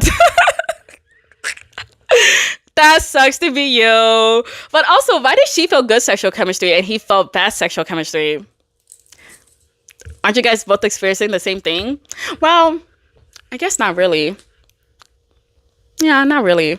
Anyways, that sucks for you. Danny and I heading into the dinner party on great terms. It's probably going to be a little bit weird to see him interacting with everyone else. Like, I'm not a jealous person, but like, you know, that's your husband. So you think like, well, what if someone else wants him? But the producers asked Beck how would she feel if he was hanging around with a lot of other women. And she said that she would kill him. But like, this is my first time watching Married at First Sight, by the way. Can they take other people's partners? Do people do that? Can you do that? Is that legal? Legal. Is that allowed?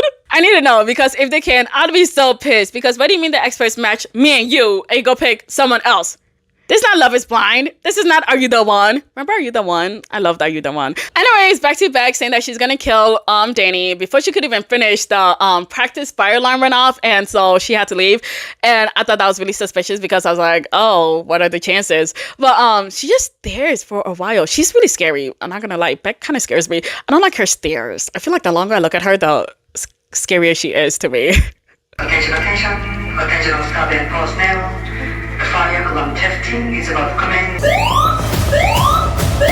Anyways, now we see Brooke and Chris, and he's having a diva moment because she gave him a hug and glitter got on his shirt, and he was like, oh my gosh, I'm supposed to clean this out. This is $300. I can't believe you would do this to me. And my goodness, you diva. I don't like Chris.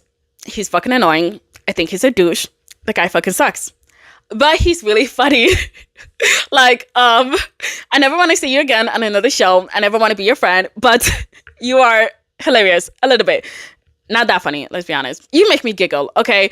And he's also really into Brooke, which is interesting because, hello, you kept saying, this isn't gonna work. I'm wasting my time. You guys are scammers. You guys don't know what you're doing. But like, it's so funny because who would have thought the experts would be experts? Now we see Mel and Luke, and still bad. Like last time, she said that she's excited to talk to somebody else that's not Luke, which, damn. But now it's time for everybody to meet each other. So 3 couples already walked in. I don't remember who, but they weren't important enough for me to bring them up. So yeah, that's that. Beck and Danny walk in, and Beck is kind of upset because she sees the 3 couples there, and she's like, oh, they're happy and we're not. Yeesh, like, damn girl. But she tells the girls that she and Danny are doing great, but they really don't believe it. Then she tells them that they only bang once and not again, but she doesn't tell them that it's like, you know, the sexual chemistry that's keeping them from banging each other. And then she tells them that she thinks that they might be better off as friends than lovers, and the girls are like, oh, damn. But don't worry, Beck, because you'll feel so much better after you see Mel and Luke, who are the next couple to arrive, and they're the only couple that don't hold hands when they come in. Oh my god, I've been dying to talk to someone that's not my husband. Seriously? My type usually is someone that has opposite features.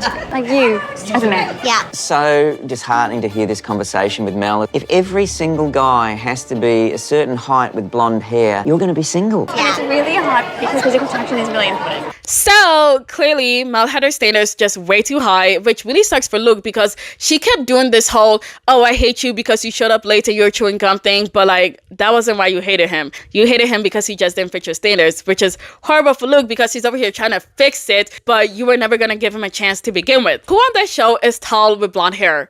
No one. This is one of those classic examples of we haven't given you what you want, we've given you what you need. I was thinking, I'm going to be walking into my very own rom-com movie and I'm going to be the main character, you know, my leg's going to pop and I'm going to feel all those butterflies in my belly and I feel like that's not what Luke and I have. I want to be a princess, you know? No, I don't. I don't. I don't. But Chris and Brooke show up and everybody's like, wow, look at Chris. He's so happy. Seems like he's a changed man. And he's the only one that refuses to give the experts their credit, which is weird. Like, come on, take the L and move on. You're happy. Thank them. Like, yo, this guy is such a narcissist. Get over yourself. Next is Steven and Rachel. They walk in and he's like, I don't think any of the guys remember me. Everyone's like, hey, and who are you? Steve or?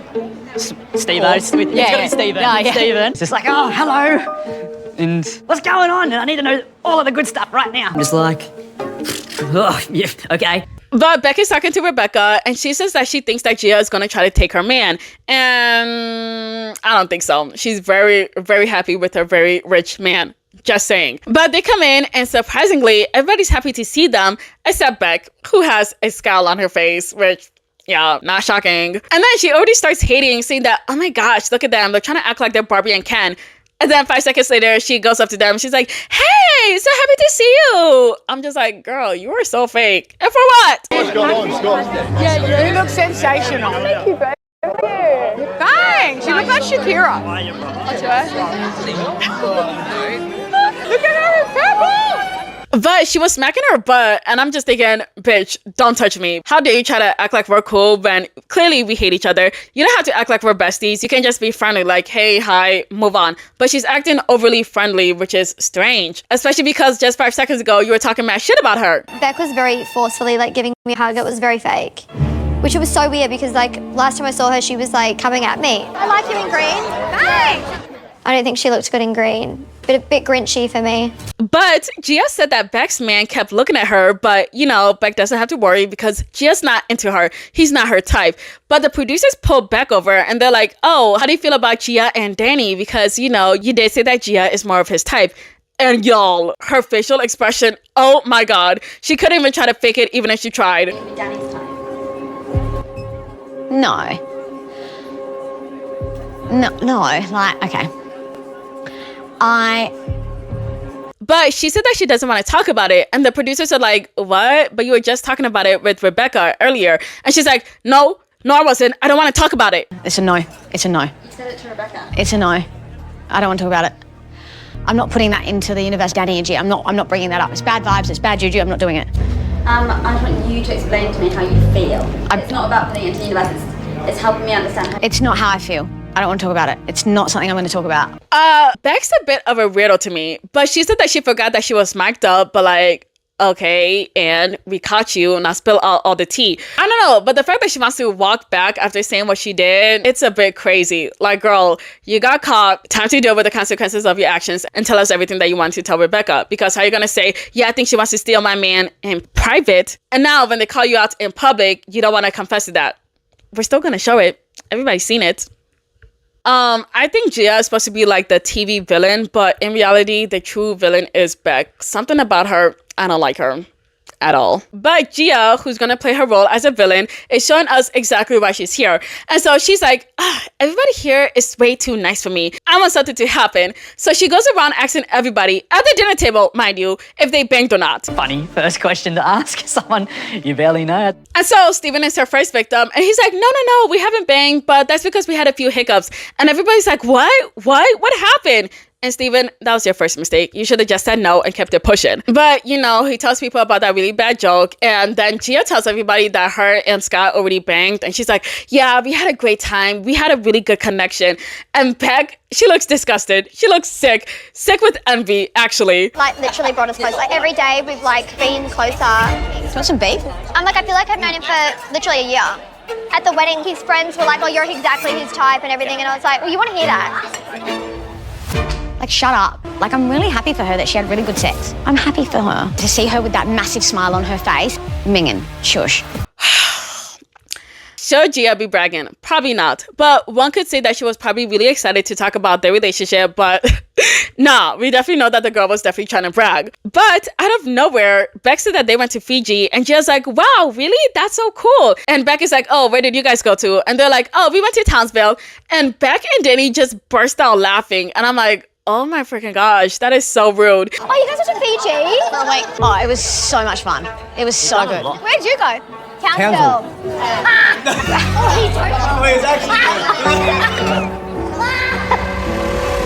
Beck is yuck.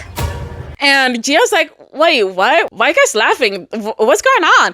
And yeah, why are you guys laughing? Because Gia can brag about how great her and Scott's intimacy was and just hide it behind, oh, we're excited. But you guys laughing at her face that you guys went to VG while they went to Townsville, you guys can't hide that behind excitement. You guys clearly look like you're trying to brag that you guys had a better trip than they did. You guys are coming off as competitive, and Gia said that they were rude as fuck. Like, it was just rude, but she's rude. You guys went to Townsville. You know what? Townsville was lovely. Sorry. And you know what? It seems like we got on better than you and your man. He was looking me up and down. But then she asked them if they had sex yet, and both Beck and Danny go quiet. Have you guys had sex? Straight into it. But I'm curious. There was some weird energy between them. So, yeah, I don't think that those two are doing too well. But one of the other guys is like, hey, guys can't kiss and tell. You should just ask the lady. And Gia's like, okay, great. Beck, did you guys bang? And Beck doesn't respond. Instead, what this girl decided to do is to run off to the other side of the table to talk to one of the other couples. And like, that's really strange. Gia's like, oh, this is really interesting, which it is, because Beck, why would you react like that? You could have just said yes and kept it pushing. But Gia shushes everybody and it's like, hey, did you guys have sex yet? And only like 2 people raised their hand, including Gia. And then out of nowhere, Beck decides to raise her hand as well. But Gia's not surprised and it's like, oh, they did have sex? It was probably bad if she ran away. They probably only did it once. I'm like, damn, Gia, you're on it. Too bad you're a fucking bitch, but damn, you're on it. But Beck said that people can start off slow and then have great relationships in the long run. And also there's people that can start off fast and then the relationship can fizzle out. And just like, oh, what? You think our relationship is gonna fizzle out? Then if that's the case, don't you think that your relationship is gonna fizzle out as well? Since, you know, you guys also started off strong. And now Beck is trying to walk back and be like, no, that's not what I meant. Like, what did you mean then? And she's like, no, I just don't want people to feel bad about the spot that they're in their relationship. So yeah. Rebecca chimes in, you know, the older lady, and she's like, you guys, why don't everybody just mind their fucking business? Everybody take their time in their own relationships and everybody stop giving a fuck about who banged who. Which, yes, I love. Thank you, Rebecca, the wise old lady. Old lady, she's 51. The wise lady. But everybody starts clapping, and funny enough, Beck is the one to clap the hardest, and that was funny.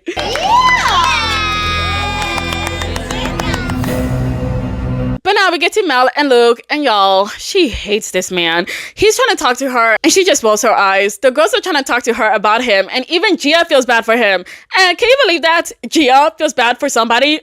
Unbelievable. Also, yes, we're not vibing personality-wise, like we don't. But do you think that's just because you wrote him off because of how he looks and he wasn't what you expected physically?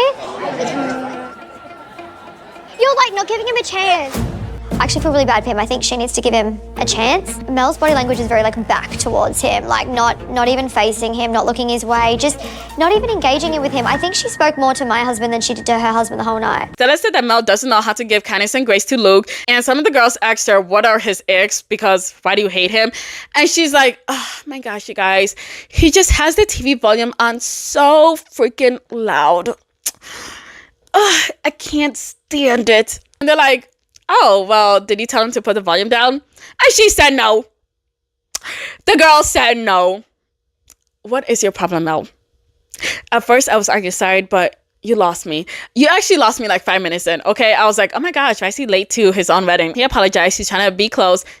And you lost me, girl. He's doing his best, and you're not doing anything at all to help the situation at all. But the girls cannot believe Mel and what she's doing. We then see Luke, and y'all, he looks like he's on the verge of tears. He's talking to Chris about how he always thought that he got along with girls and how he even has 3 sisters. And so because Mel is treating him like this, he's losing motivation. He doesn't even feel like trying anymore, and I just feel so bad for him. I'm trying to be friends and we're not even that. I can see the energy in how she talks to other people in the room, but it's completely different how she talks to me. I'm losing the motivation to try. I can't be positive forever, like especially when you look around and you see a lot of the other couples are getting along really well. Like it gets to a time where you just, it's like flogging a dead horse. Ah, help me!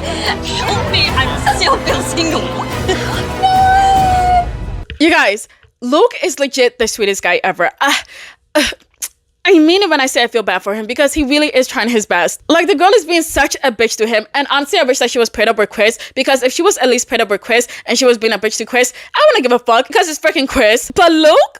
Luke, he fucked up one time and you're still holding this grudge. I thought I held grudges, but I guess not compared to Mel. And also she's doing all of this just because he's not tall and blonde.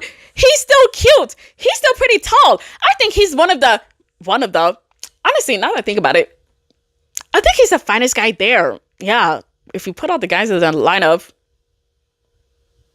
he and Danny are up there, I think, as the hottest guys on the show right now. Yeah, he is definitely earning #1 spot because of his looks and his personality and the fact that he's such a cute crier. What? Like, when his eyes start watering, I'm like, oh, my baby, come to mommy. Let me comfort you. He's adorable. Like, what? But the group asked them how they're doing, and they said that they're doing great. Why did they lie? I don't know. But he said that he's really trying, and she said that she thought that she would meet her person. And the experts are like, you're saying that as if you gave up already. What are you talking about? But they think that her expectations are just way too high, and some of the people there are like, girl, you need to try more. Put in effort. He's a beautiful guy. Like, he's got a heart of gold. And all I'm going to say is with Mel, like, if you're closed off from day one, it's going to be really hard to pull her back from being closed off and opening up. So that concerns me a bit because I think she's going to miss out on someone amazing. You guys were matched for a reason. You need to remember that. Yeah. And you need to really like try and let some walls down and like let him in and let him see who you really are. But Mel herself admits that he's trying way harder than she is, and she's not really even putting in efforts. Whatever. Moving on. Why are we even here?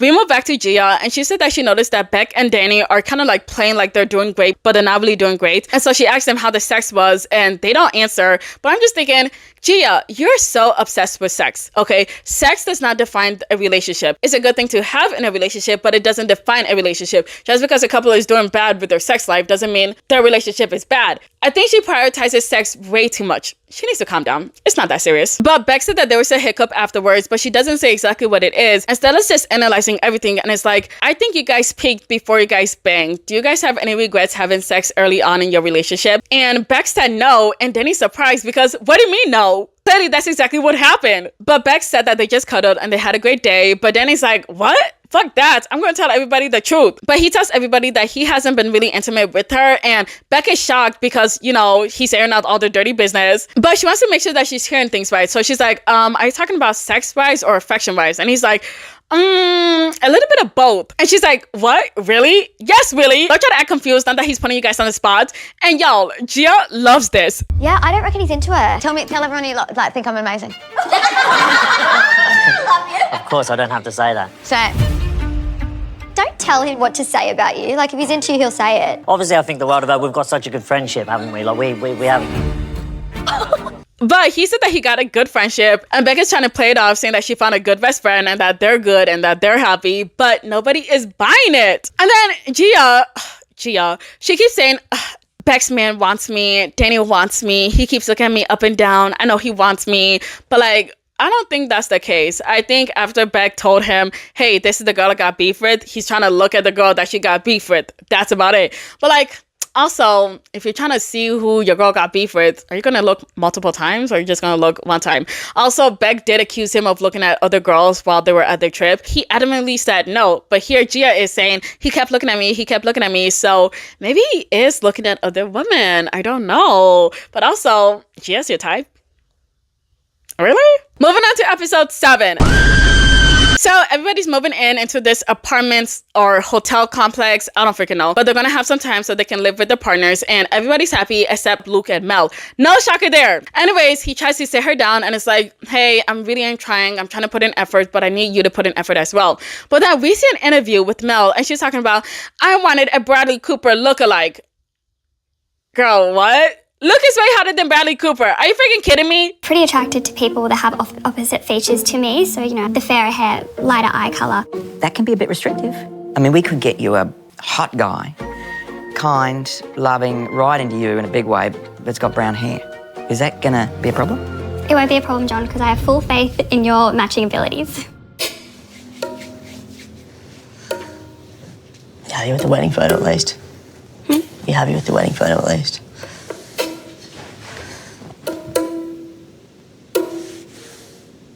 But now it's the next day, and basically they're gonna do a revelations week, and it's when they're gonna learn more about their partners and the partner's secret that they didn't know about earlier. So Brooke and Chris are the first to go, and we see that they get videos of their audition tapes, and they have to watch them separately.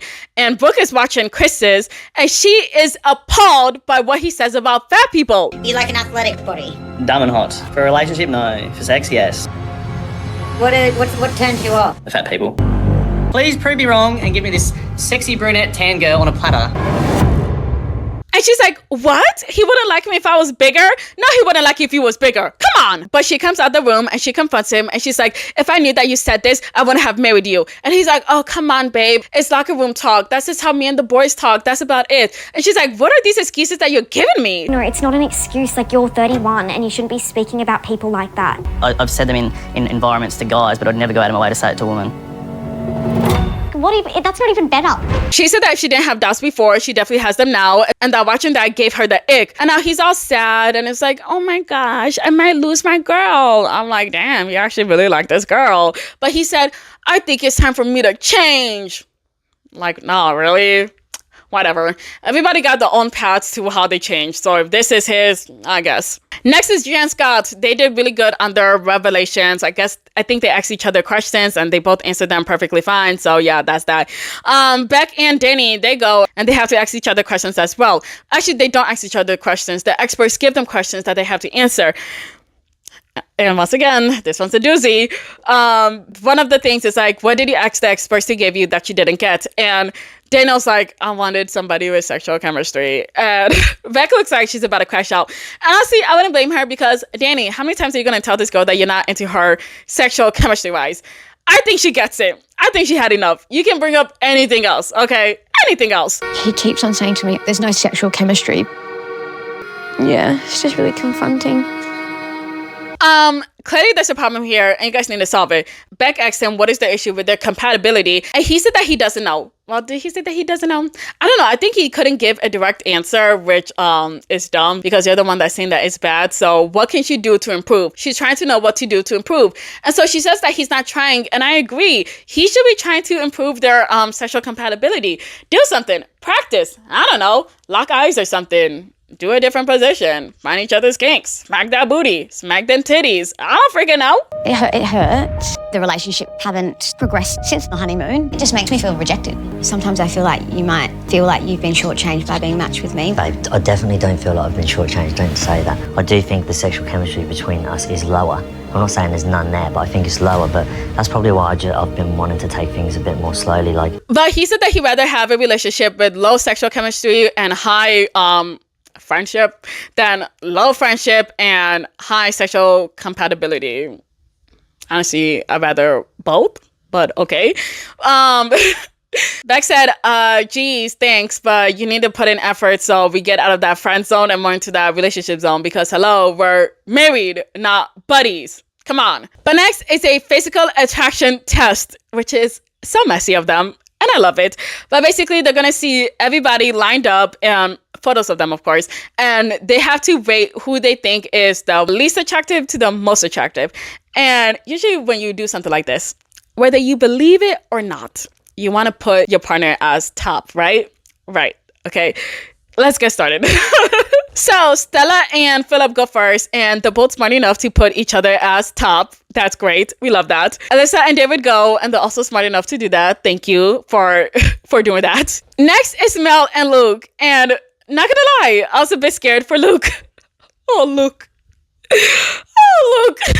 But he puts Mel first because, you know, he's a good man. And now it's her turn, and she said that she's gonna be truthful and she's not gonna lie. And you know what? I will give her credit because she didn't put him last. Because, y'all, I highly expected her to do so. But she ends up putting him second, which honestly shocked me because I really thought that if he wasn't gonna be last, second to last, third to last, somewhere in the last section, okay? But she does put him second. Who is first, you might be asking? Grayson. Yeah, Grayson. I was like, Grayson? Out of all guys, Grayson? Okay. But the reason why she put Grayson there is because he looks like Bradley Cooper. Yes. But Luke is disappointed, but don't be that disappointed. Honestly, I thought it was going to be worse. It's not that bad. How would I rate the guys, you might be asking? Thanks for asking. I would put Steven last. Then after Steven, Steve. After Steve, Chris. After Chris, Grayson. After Grayson, Danny. After Danny, David. After David, Luke. Yeah, that's how I would rate the guys. Is there anybody I missed?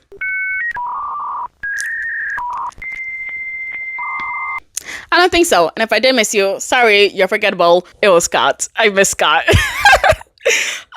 Put Scott in between.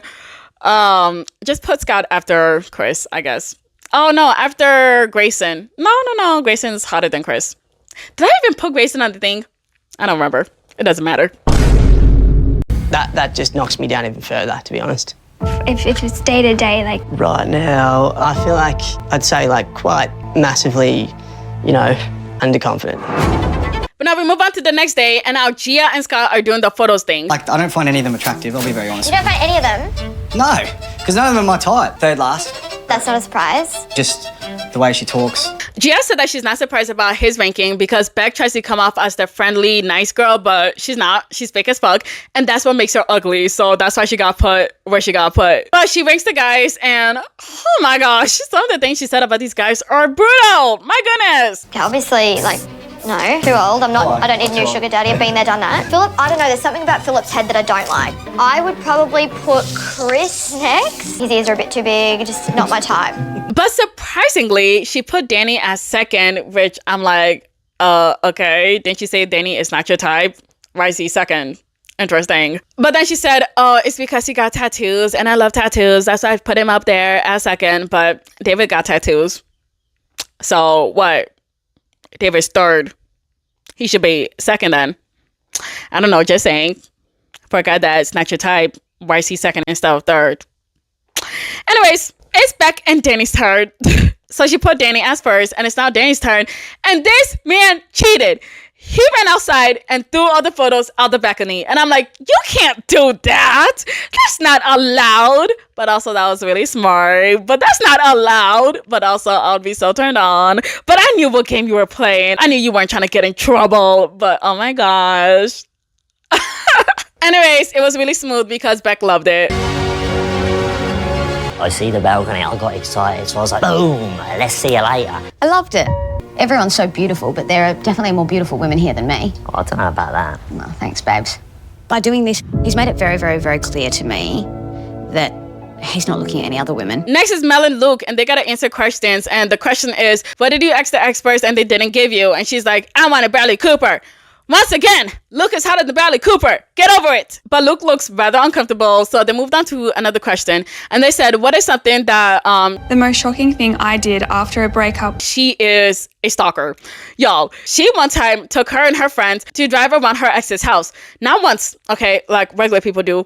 Multiple times, she was doing laps.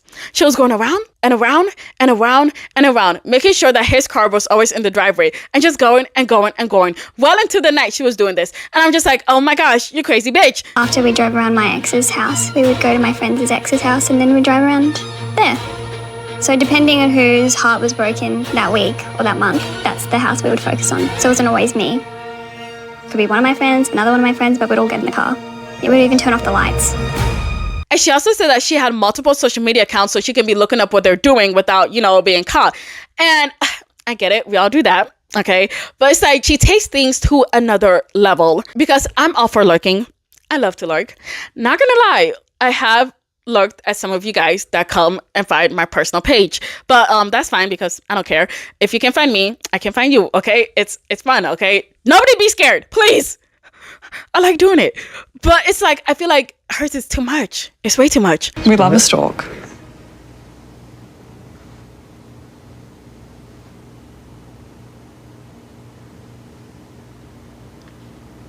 Right.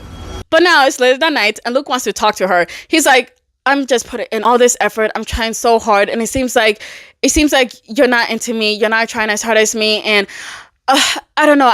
I need a break. Y'all, he's pouring out his heart, his emotions, all his feelings. He even looks like he's on the verge of tears. He always looks like he's on the verge of tears. And I love it. But Mel looks at all of that and she's like, ick. I have the biggest ick. Like, are you kidding me? Are you fucking kidding me? And then she said, oh my gosh, he's not this amazing guy that I thought he was at first. I'm like, what are you talking about? Since the very beginning, you hated that guy. Since the very beginning, you didn't like anything that he did. So what are you talking about? He's not this amazing guy that I thought he was. Girl, go fuck yourself. Anyways, Luke grabs all his stuff and then he goes to his friend's house. And yeah, fuck you, Mel. I don't like that bitch. There's a lot of bitches I don't like, okay? Let me go ahead and start listing them. I don't like Beck, Gia, Mel. That's it for now. Wait, there will be more. I promise you that. There will be more. I do not like the version of myself right now, and this version has been brought on by everything that's happened. I've been fully invested in like trying to make this work, and like I can't work out why it hasn't been working. The apartment's a nice place and everything, but it's felt like more of a jail cell than, you know, a fun experience.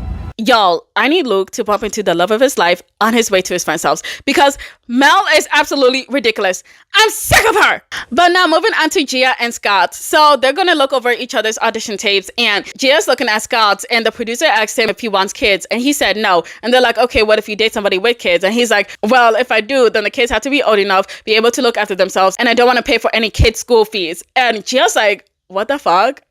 What am I watching? And yeah, what the fuck? But she's like, he lied to me. He said that he didn't mind, but here he is showing that he does actually mind. Ugh, I feel a bit sick. Ugh. Actually upset. Doesn't know if he wants a kid. Doesn't want to pay school fees. Like, I'm an 8-year-old. What am I sacrificing everything for if he can't see himself being with someone with a kid? I think he changed his mind after getting to know her, but I don't know. But she comes out and she confronts him, and y'all, he doesn't remember what he said. But she had to remind him that he said that he really liked his freedom, and he's just stuttering like a bitch. And she's like, be for real, are you comfortable with me having a kid or not? And he said that it doesn't bother him, and the fact that her daughter is 8 makes it even better. And she's like, oh, really? Is that because she can take care of herself? Huh? I walk up to call her, and you don't ever say, how's your kid? Or like, I have you know? definitely asked you how your kid is. I definitely Right, what have. about the times where you're like, oh yeah, we'll have another spare room in my house. You could use that as your makeup room. I have a kid. Where are we going to put her in the garage? And I'm not stopping And I'm not any going to of this. apologise for having a kid. So Scott realized that he fucked up, and now he wants to prove to her that he actually cares. But the producer's like, okay, what is her daughter's name? And y'all, he doesn't know. This man is like, oh, shit. I'll forget. I'm gonna get in shit for that. Like, you can't make this up. What are we watching now? Moving on to episode 8. So we continue off with Scott and Gia's fight, and she's like, if somebody doesn't accept her daughter, then they can't be together. And he's like, baby, no, I love you and I want to be with you and I really want to be with your daughter as well. And he said that it was just the audition tapes and he really didn't mean that, and he wants to look after not only her but her daughter as well. We're diving into the most in-depth stuff for like such a short period of time where a lot of these questions wouldn't get asked for months. Yeah. Do you know what I mean? Like, for us going through all these questions, everything so far, I feel like we're strong. But the makeup, and I guess that's good. Now we see Alyssa and David, and they did the nasty because Alyssa wanted, and I mean really, really wanted to do it. And so because of that, he gave it to her. I mean, I'm not gonna lie. I feel like Alyssa was very hot and heavy. You know, she did let me know that even the night before, she was feeling a type of way. Alyssa, you know, blindsided me because I was just chilling. I jumped him. Like, it was bound to happen. Imagine Beck watching this back. But also, I spoke too soon because apparently they banged and it was really good. This time it was filled with love and passion and, you know, not just fucking, which I think makes a lot of sense. Okay, I feel like for a relationship to survive longer, you guys should get to know each other a bit better before you guys do the deed. But, you know, that's just me. I know some people can have a one-night stand and then have a relationship afterwards because, you know, the dick was just that good or the kitty was just that great. But, you know, it is what it is. Anyways, thank goodness that was good for them. So glad they listened to my advice because I was the one to tell them that they need to start practicing. And you know what they did? They started practicing and now look at them. Happy as ever. You're welcome. That's what I needed. Last time we had sex on our honeymoon, it was a bit like this is what we should do. There wasn't the passion like there was last night. It was just a really romantic, passionate situation. It felt right. Anyways, back to Gia and Scott. So the producer asks Scott if he finally knows her daughter's name now. And y'all, it's still a freaking no. How do you guys make up and you still don't know her daughter's name? Have you learned her daughter's name yet? Well, she calls her bub. I keep saying daughter. You know what's funny? After yesterday, I was like, I'm in trouble. but I'm not going to ask because then it's obvious. So I'm waiting till I hear it and then I'm going to, yeah. That is just so embarrassing of him. But now moving on to Mel and Luke. So Luke has not come back yet, but apparently Brooke found out that Luke's sisters were talking shit about Mel on social media. And she doesn't like that Luke had them do that, but like, Luke had them do what? He didn't tell them to write nasty things about Mel on social media. Why are you putting the blame on Luke instead of being like, damn, why did his sisters write that? Like, what are you doing? But Mel has seen the comments and then we hear about the comments and yeah, it doesn't sound good, but also it's not the worst thing in the world. There were comments about my personality. There were comments about my character. Luke's sisters left some comments saying that I've got a mad resting bitch face, that I'm not genuine, that I don't deserve someone like Luke, that I don't know what I've got in front of me until I've lost it.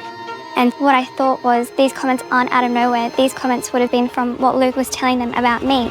Crazy thing is, what they said was not wrong. Everything they said was the truth. Actually, I think I would have said worse if my brother was dating somebody like Mel, but you know, that's just me. I will be looking out for my brother as a good older sister. Actually, I don't even think I care much about my brother's love life.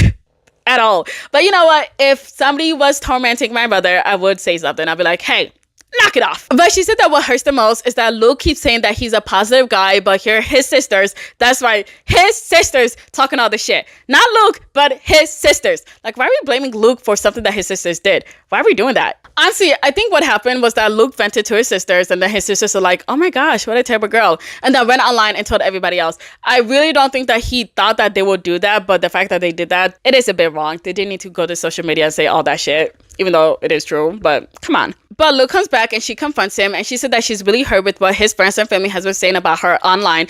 And he's really confused because he didn't know about that. I never wanted those comments there, and when I saw them there, I got really upset because I didn't say anything about the stuff that they had said to them. I never said that. All I was saying is how I feel. But she stops him and says that he has been giving her hell this whole entire time. Like, what? Are you kidding me?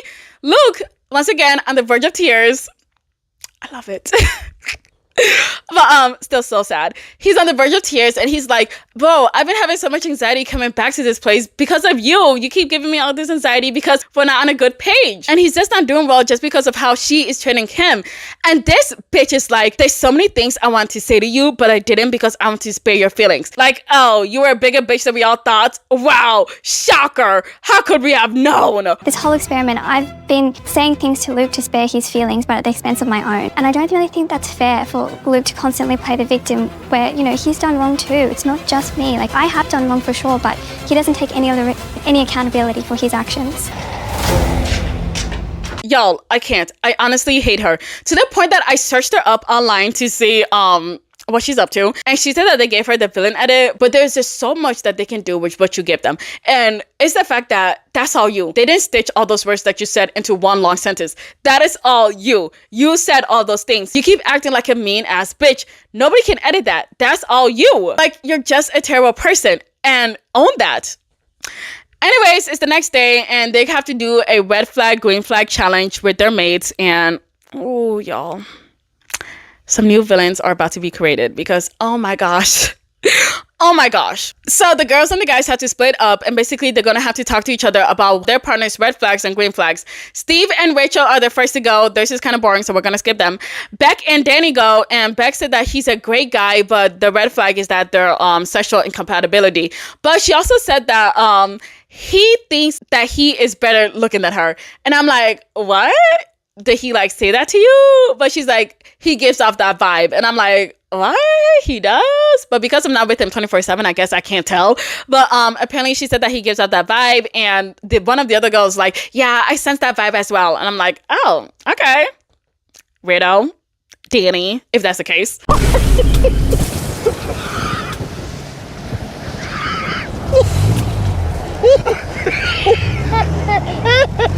Does give that vibe a bit. When she told me that she could see that the vibes between Danny and I were off, oh yeah, I kind of get that vibe. She was like trying to suggest that Danny isn't into me. And it pissed me off. Oh my God, bro. Oh, hell no, man. What the fuck, man? Get your ass on. But one other girl is like, I think he sounds like he's into you, so I think you need to calm down. And other girls agree with her, except Gia. And she's like, no, I don't think he's actually into you at all. Daddy's type is not Beck, unfortunately for her. Next is Gia and Scott's turn. So Scott goes up and he says that he has no red flags for Gia, which I thought was really cute. Scott is he's a good man, okay? I don't like him because, you know, he's connected with Gia, but it's like, I can't hate him either because it's like, he is just supporting his wife. That's all he's doing. And I can't hate on a man for supporting his wife. But because he's supporting her, it's like, now you're coming off as a bad person as well. But it's just like, whatever she does, I'm gonna support it wholeheartedly. And you know what? Good for him. Moving on to Gia. So she's talking about all the red flags Scott has.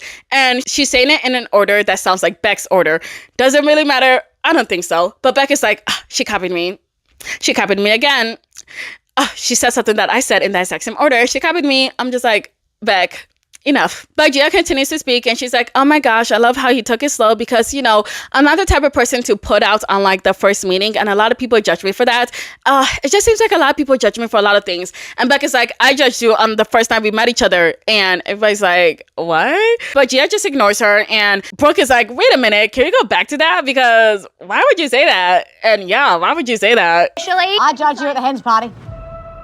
So yeah, he was like, you were so hot, you know, whatever. What did you and say I at was the like, party? I'm really into you. And it was like, and we were just like, he's like, Wait, immediate. Wait, Like, can we repeat what just was said? Anyway, green flags.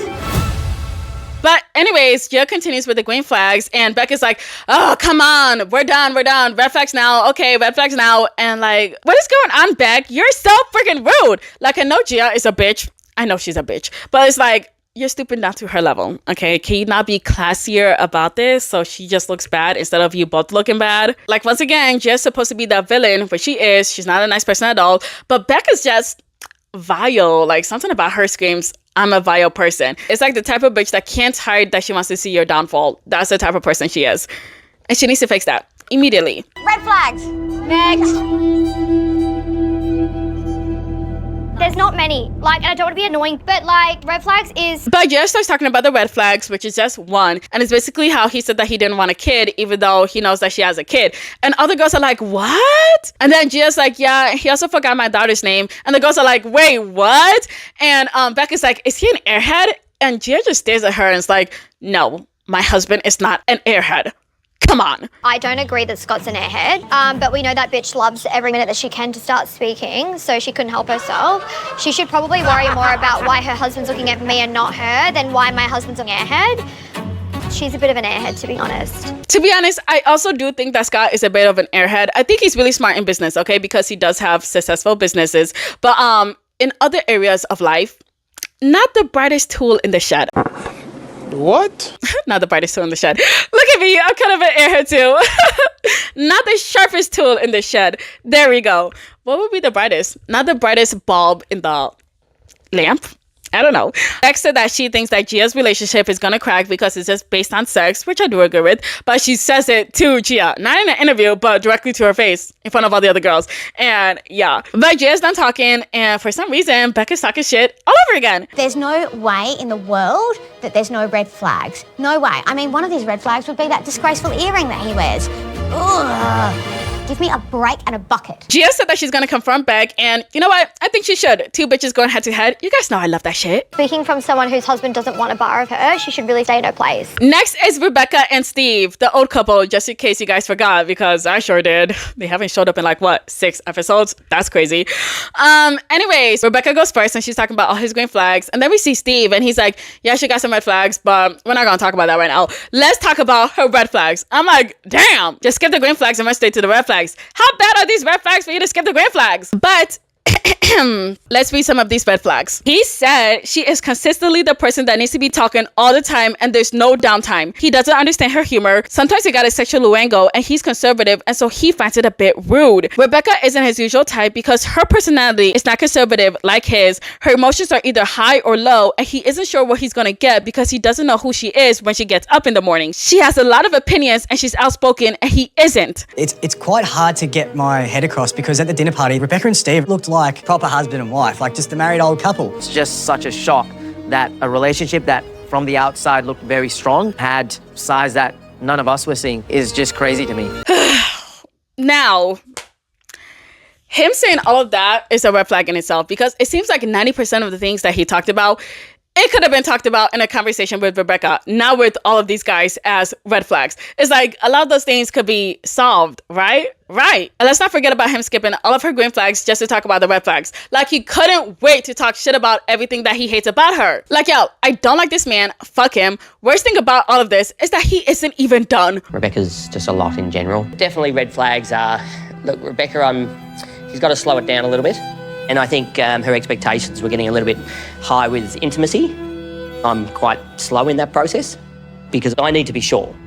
I'm trying to do the right thing. Rebecca's just been a bit impatient, and that has affected our relationship. That to me is a red flag. They asked him what he needs from her so they can move on with intimacy. And basically he said, nothing. He's only given her what he can give her at this moment, and he's basically putting her in the friend zone. Yeah, I'm quite shocked to hear that Rebecca and Steve actually are in the friend zone. I don't know. I'm not a type of guy who does friends. It's like you're in it or you're not.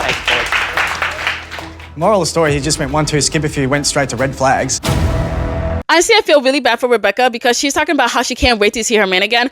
Whole time her man is shit talking her. Like, oh my gosh. But Brooke is next, and she said that she put Chris in the friend zone because of his 3 eggs. And she lists them all: the fake tan, the needy, and the fat people thing. Gia can't believe it when she heard fake tan because, now that I look at it, she has the most tan in the whole entire room. And everybody's shocked when she said that he doesn't like fat people. Are you joking?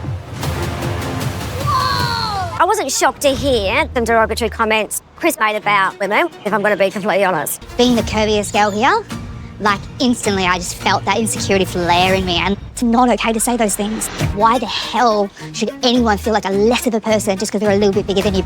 But after all of this, she said that she doesn't know whether to leave him or not because he is changing, I guess. But like, girl, whatever, go sit down. Anyways, it's now Stella's turn, and she's talking about Philip's green flags, and Brooke out of nowhere is like, is that a Chantel watch? I'm like, what? But Stella looks at her and straight up ignores her because why would you ask about that right now? You can ask about that later. But she's like, it is a Chanel watch. Like, Brooke, shut up. You're annoying me. Honestly, shut up. But Stella continues, and she said that Philip has no red flags, and Brooke is like, no, that can't be. He gotta have something. You're lying. But like, girl, just because your man is a devil reincarnated doesn't mean everybody gotta get a shitty man as well. Come on. Surely he gets on your nerves at times. No. I don't believe you. I don't believe you. I'm sorry. There is no way. Surely he gets on your nerves. Yeah, Brooke surprised me. Just the way she was speaking, pretty disrespectful. And at that point, I was kind of like, yeah, I don't know about you. But as Stella continues to talk about how they have little to no problems, Brooke just continues to make faces, and it's really weird because I didn't see her as that type of person. So now seeing her like that, it's like, girl, what are you doing? And as some of the girls are excited for Stella, Brooke just continues to give her that stank-ass look. And it's like, what are you doing? Like, I really did not expect you to be this type of person. But Alyssa starts saying how she liked how Stella and Philip were interacting at the dinner party. But then Brooke cuts her off, and Alyssa's like, oh, wait a minute, let me finish what I was saying. And then Brooke is like, oh, well, that's a first. I'm like, what? Bitch, how did you become a bitch in this episode? Like, it literally came out from nowhere. And it's like half of the cast are shitty ass people. They're evil ass people, and I don't like it. And I don't like the fact that, Brooke, you were really nice, and then all of a sudden we're seeing you for who you truly are, and I don't really like it at all. And keep in mind, I'm realizing that half of the cast are like terrible people, and we're only on episode 8 out of 40. Episode 8. Like, oh my gosh. That's when you were sitting together. Do we want to be here all day? Because Alyssa will finish then. Let's let Stella talk. Are you done? Are you done? Are you done? Are you? I was watching Alyssa talk.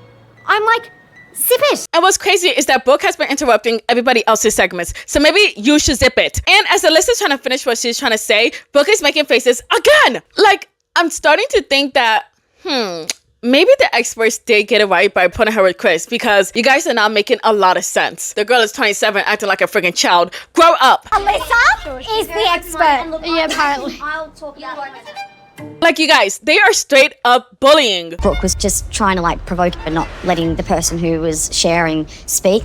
And it's this kind of bitchy behavior. It makes me feel a little bit uncomfortable. So here's who I hate. Gia, Brooke, Belle, and Beck. All those girls can go fuck themselves. I don't really like any of them. They're problem starters, and I hate them. Out of what? I think we have 8 girls. 4 of them suck ass. Can't stand them. Not the guys. Steve. I fucking hate Steve. Can't stand Steve. Steve can go fuck himself as well. Fuck you, Steve. But Stella said that she saw a different side of Brooke tonight. But Brooke said that it's crazy that Stella couldn't pick any red flags that Philip had. But like, how is that Stella's fault? If Philip is only showing her green flags, is she just supposed to make up a red flag? If he's showing her only his good side, how is it her fault that she can't see any of his bad sides? It's like, what is your problem? What is your problem? Just because you got Chris, now you want everybody else to be miserable? Shut up. Deal with it. Jesus. It's like she wants Stella to make up a red flag just so she could feel better. That's not how it works here. Weirdo. I have never had that much intimacy with a person. I think people think it's bullshit. Yeah. It's obvious. Anyone that is the real deal can see it. And the fact she struggled to pick out a red flag is absolutely bonkers to me. I don't really care what they're saying because that's how they project. That's a projection. Mean girl behavior, I don't like any of them. Anyways, it's Alyssa's turn, and as she's talking, Brooke and Gia are interrupting her every single second that they get. Then she told them that she wanted David to give her good morning and good night kisses, and they're like, dragon breath. Like, bitch, mind your business. But then Alyssa starts talking about how he booked them tickets to the Titanic. I think that's what it was. And she was so happy because she said that she liked the Titanic, and he went ahead and booked them tickets for it. And then Gia, out of nowhere, is like, oh, but you guys have sex yet? And like, girl, 1, why is sex the only thing you think of? Let it go, okay? It's never that serious. And 2, stop interrupting her as she's speaking. It's annoying. It's so freaking annoying. No, listen to my story. Have you? I'm curious. Shh. Listen to my story. So, I was literally sitting there doing some work. So no. Girl, shut up. Like, listen. And it gets to the point that some of the other girls are noticing that, hey, these girls are being rude as fuck. They're not letting the girls speak, and they're being inconsiderate. Brooke was definitely more vocal than I have ever experienced with Brooke, to be completely honest. Like, I've got something to say, I've got something to say. We should actually be giving all the respect to each other and actually just listen, like hold space for each other and let each other speak. But then Alyssa talks about how one of his red flags is that they were having an argument or something and she wanted space, and then instead of him to just accept that, he called her a drama queen. And then Gia's like, oh, but you are a drama queen though. And then, what makes you, Gia? What makes you? And then out of nowhere, Brooke said that she thinks that their relationship is a showman's and that it's fake. What? What? And poor girl, Alyssa, she looks like she's on the verge of tears. It's straight up bullying, you guys. I don't like it. Some of the girls even have to come in and be like, no, it's not a showman's. It's not fake. We can tell that it's real. Don't listen to them. It's like, oh my gosh, are we in elementary school? No, middle school. Because elementary kids, they're not that mean. It's the middle schoolers that are mean. These are what these girls are acting like. Freaking middle schoolers. Grow up! Thought it was bullshit. Yeah. I did. Yeah. I agree. I didn't think it. It's like it's an experiment. We're going through a lot. She's faking it. Yes! You instantly put me at ease. You instantly showed me kindness. You gave me what I needed. So please don't like go out of here thinking that everyone's thinking that. I just think you're a beautiful human. I just think that Brooke is coming off as a hater because she's the only one with a really bad man and she's just taking out on everybody. Gia, she's just a bitch, so yeah. I thought I was the loud one today. No, apparently not. I feel like Brooke and Gia did come on a little bit hard on me. Maybe, I don't know, I've upset them in some sort of way. It's not all rainbows and butterflies and I'm over it. I think that Alyssa's theatrical and I think she sugarcoats everything and I think that relationship's fake and I don't trust Alyssa. But we move on to Mel and Luke. This one pissed me off the most, I'm not gonna lie. So let's say Luke first because, of course, he said that she has a lot of green flags and he lists all of her green flags. But when it comes to her red flags, he's a bit hesitant to say it. And the guys are like, say it, bro. Don't be nervous. And so he's like, I'm just trying so hard and it feels like she's not really trying at all. And it really hurts because it's like she's pushing me away. She's either pushing me away or she's acting like I don't exist. And I really don't like that. And yeah, it's really sad to hear that. All the guys even feel bad for him. And I do too. You guys, I feel like Luke has a special place in my heart because I have never felt this much empathy for a man. Ever. Okay? It's just like, he says it a lot. He's trying. It's like every episode you're gonna hear him saying, I'm trying. And the man really is trying, but she is so mean to him to the point that it's like, I could cry for him. I was on the verge of tears for him. When he was crying, I wanted to cry. Like, oh my gosh, I felt so bad for him. But now we get to Mel's turn. she said that he has no green flags, no shocker there, but she said that he has made her life hell strictly because she refuses to return back his feelings. I'm like, girl, what world are we living in? Because that's not what happened at all. What do you mean he gives you hell? If anything, you give him hell. What are you talking about? He's trying to be malicious to me like every chance he gets. Can I have a say? Yeah. I think he's not here for the right reasons. But she continues saying that Luke constantly tells her that she isn't easygoing, that he sulks all the time, and then she even catches him in bed, lying face down in the pillow, just sulking or being upset, and that he just hates her so bad because she doesn't like him. And I'm like, girl, you just made all that up. All of that came straight from your ass, because what the fuck are you even talking about? Rebecca doesn't even believe her, and I'm like, thank God there's somebody here with common sense, because who the fuck would believe that, seeing how you guys interacted? Come on. I think that if he could have a voodoo doll of me, he would. His ego is so bruised that he has to bring you down now to make himself like compensate for that. 100%. I don't know about what I heard. Like, Mel was really sweet, but then hearing her say that Luke is quite rude to her behind closed doors, I don't know whether I'm buying that, to be honest. But Alyssa and Stella are like, well, maybe he's being salty back to you because you were salty to him first. But Alyssa said that she could see both sides, but at the end of the day, she's gonna have Mel's back. And Gia is like, no, you can't do that. You just proved that you're on his side. That doesn't make you a girl's girl. Like, what? Girl's girl? Bitch, you're pushing 40. What are you even talking about? But Stella's like, there's no girl's girl or boy's boy. We're all human, so yeah, we don't need to do any of that picking gender crap. And I agree. And that's coming from a girl's girl. That's on a man's side. Mel, look what you've done. You made me side with a man. But Stella doesn't like that they're bashing Luke, and she feels like something isn't right. But Brooke and Gia are like, no, you gotta bring this to the higher ups. You gotta complain. You gotta tell them exactly how Luke is. And Mel is like, but what if they don't believe me? You guys know he really likes to lie a lot. Like, bitch, you're the only one lying. What are you doing? There's always two sides of the story. Let's just not bash each other. Just wait until you speak in front of each other, in front of everyone else, and keep each other accountable. I'm honestly glad that Stella didn't have her back. She saw through the BS and she called it out. But Mel is like, Stella, I don't like that when everybody else went up, you took their side, but when it was my turn, you didn't have my back. And Stella's like, if that's how you see it, then okay, it is what it is. But Brooke, Gia, and Mel just start ripping into Stella, saying that it's very clear that she only likes to back up men and that she's not on the girl side. And Gia's like, oh my gosh, it's so obvious that Stella has no female friends. It's so obvious that she just likes to cater to men. This is why she has no friends. Like, Gia, shut up. Honestly, shut up. Like, it's obvious your face looks like ass, but nobody talks about that. Anyways, they legit force Stella to apologize, and I hate that for her. But she goes ahead and she apologizes to Mel. But apparently that's not good enough for the girls because they're still jumping Stella. Gia and I can vouch for this. We're girls. Yeah, same. You were very women. Yeah. And then it was Mel. And that's how Mel felt. I didn't first want it. I thought she was quite diplomatic with everyone. No, she wasn't. I'm a girl's girl. Trust me, I'm a girl's girl. I think you can see who actually has each other's backs. I'm iffy about Stella. I smell a fish. I don't trust her. Yes, the bitch that still wants to consider her man that doesn't like fat girls is a girl's girl. That makes total sense. Anyways, they bully Stella to the point that she has to apologize again. And Brooke, in her little interview, she's like, oh my gosh, it's so nice to finally let out my true self. This is what I've been holding back all this time. I'm glad people can finally see who I truly am. I'm like, oh, okay, so this is the true you.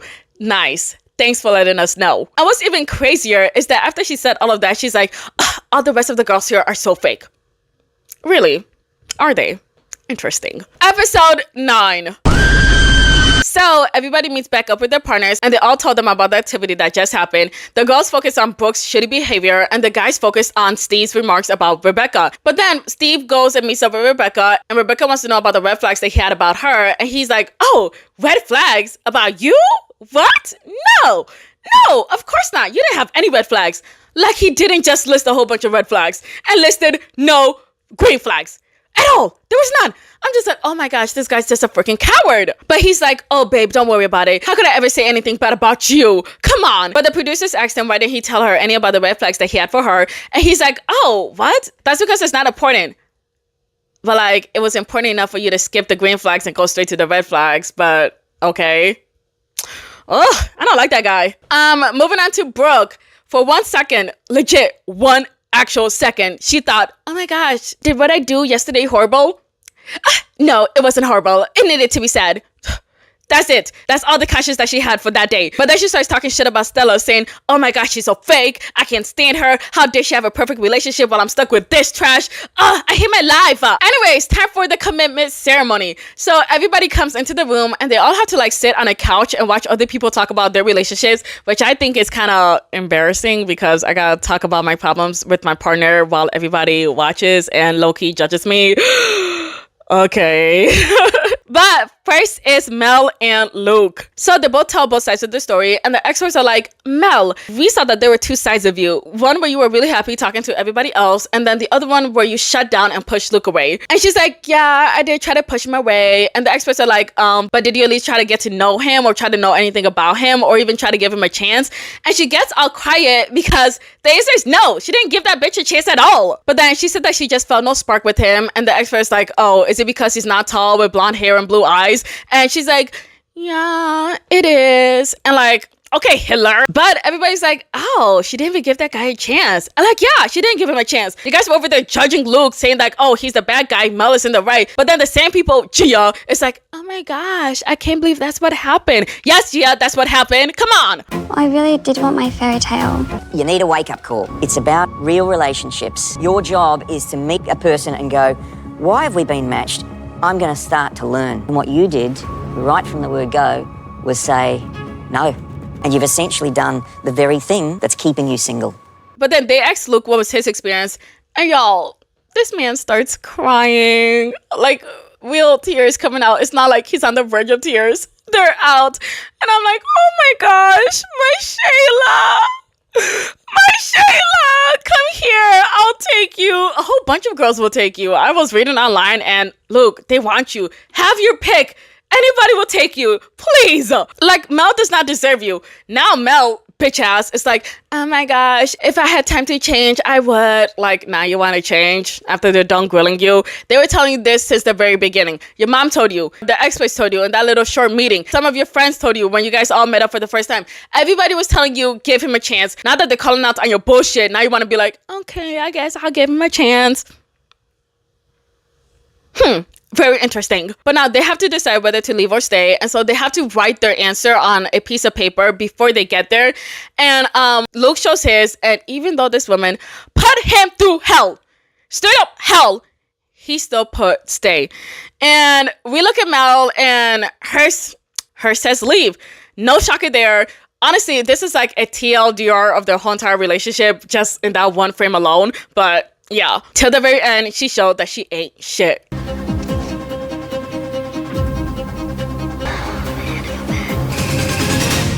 So as we know with the rules of this experiment, that if one person says stay, the other says leave, then they stay for another week to see if they can turn it around. But she said that she wants to give it another shot to show that she's not a bad person and okay, whatever. Honestly, I think that she's just trying to make herself look good after, you know, she showed her ass to everybody that she's not a good person. And now she's like, wait, you guys, let me try again. I'll definitely change. I'll show him that I'm actually into him, even though he's not my type. But yeah. But the next couple is Gia and Scott. They have no problems at all. Honestly, they spend the whole entire little segment that they have talking about how good their sex life is. And every time we look at Beck, she always has a stank ass look on her face. Like, Beck. But we tried to hold off as We much tried to as hold we on, but could. it was getting It was intense. just like... We gave in on the honeymoon. And it was so great. And like since then, we've obviously we've slept together literally every day since Multiple then. times. Sorry, Sorry, when you I get start, feel you honest. can't stop.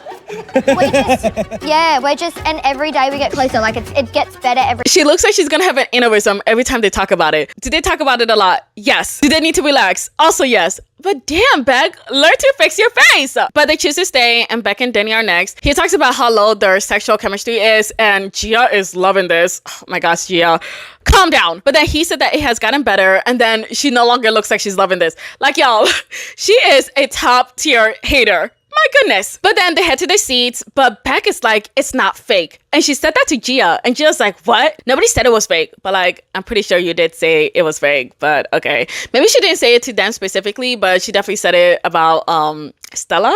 Was it Stella that she said it about? Or Alyssa? Or both of them, honestly. But it's like, you did say it. Probably not to Beck, though. But he did say it. But yeah, it was weird of Beck to say it. Yeah. Anyway, Steven and Rachel are up next. They have no problems. They choose to stay. Moving on. Steve and Rebecca. This man is lying through his teeth, y'all. He's like, oh my gosh, I love my wife. There's no problems. Oh my gosh, me and her were perfect. We're so great. And the guys are like, this is straight up bullshit.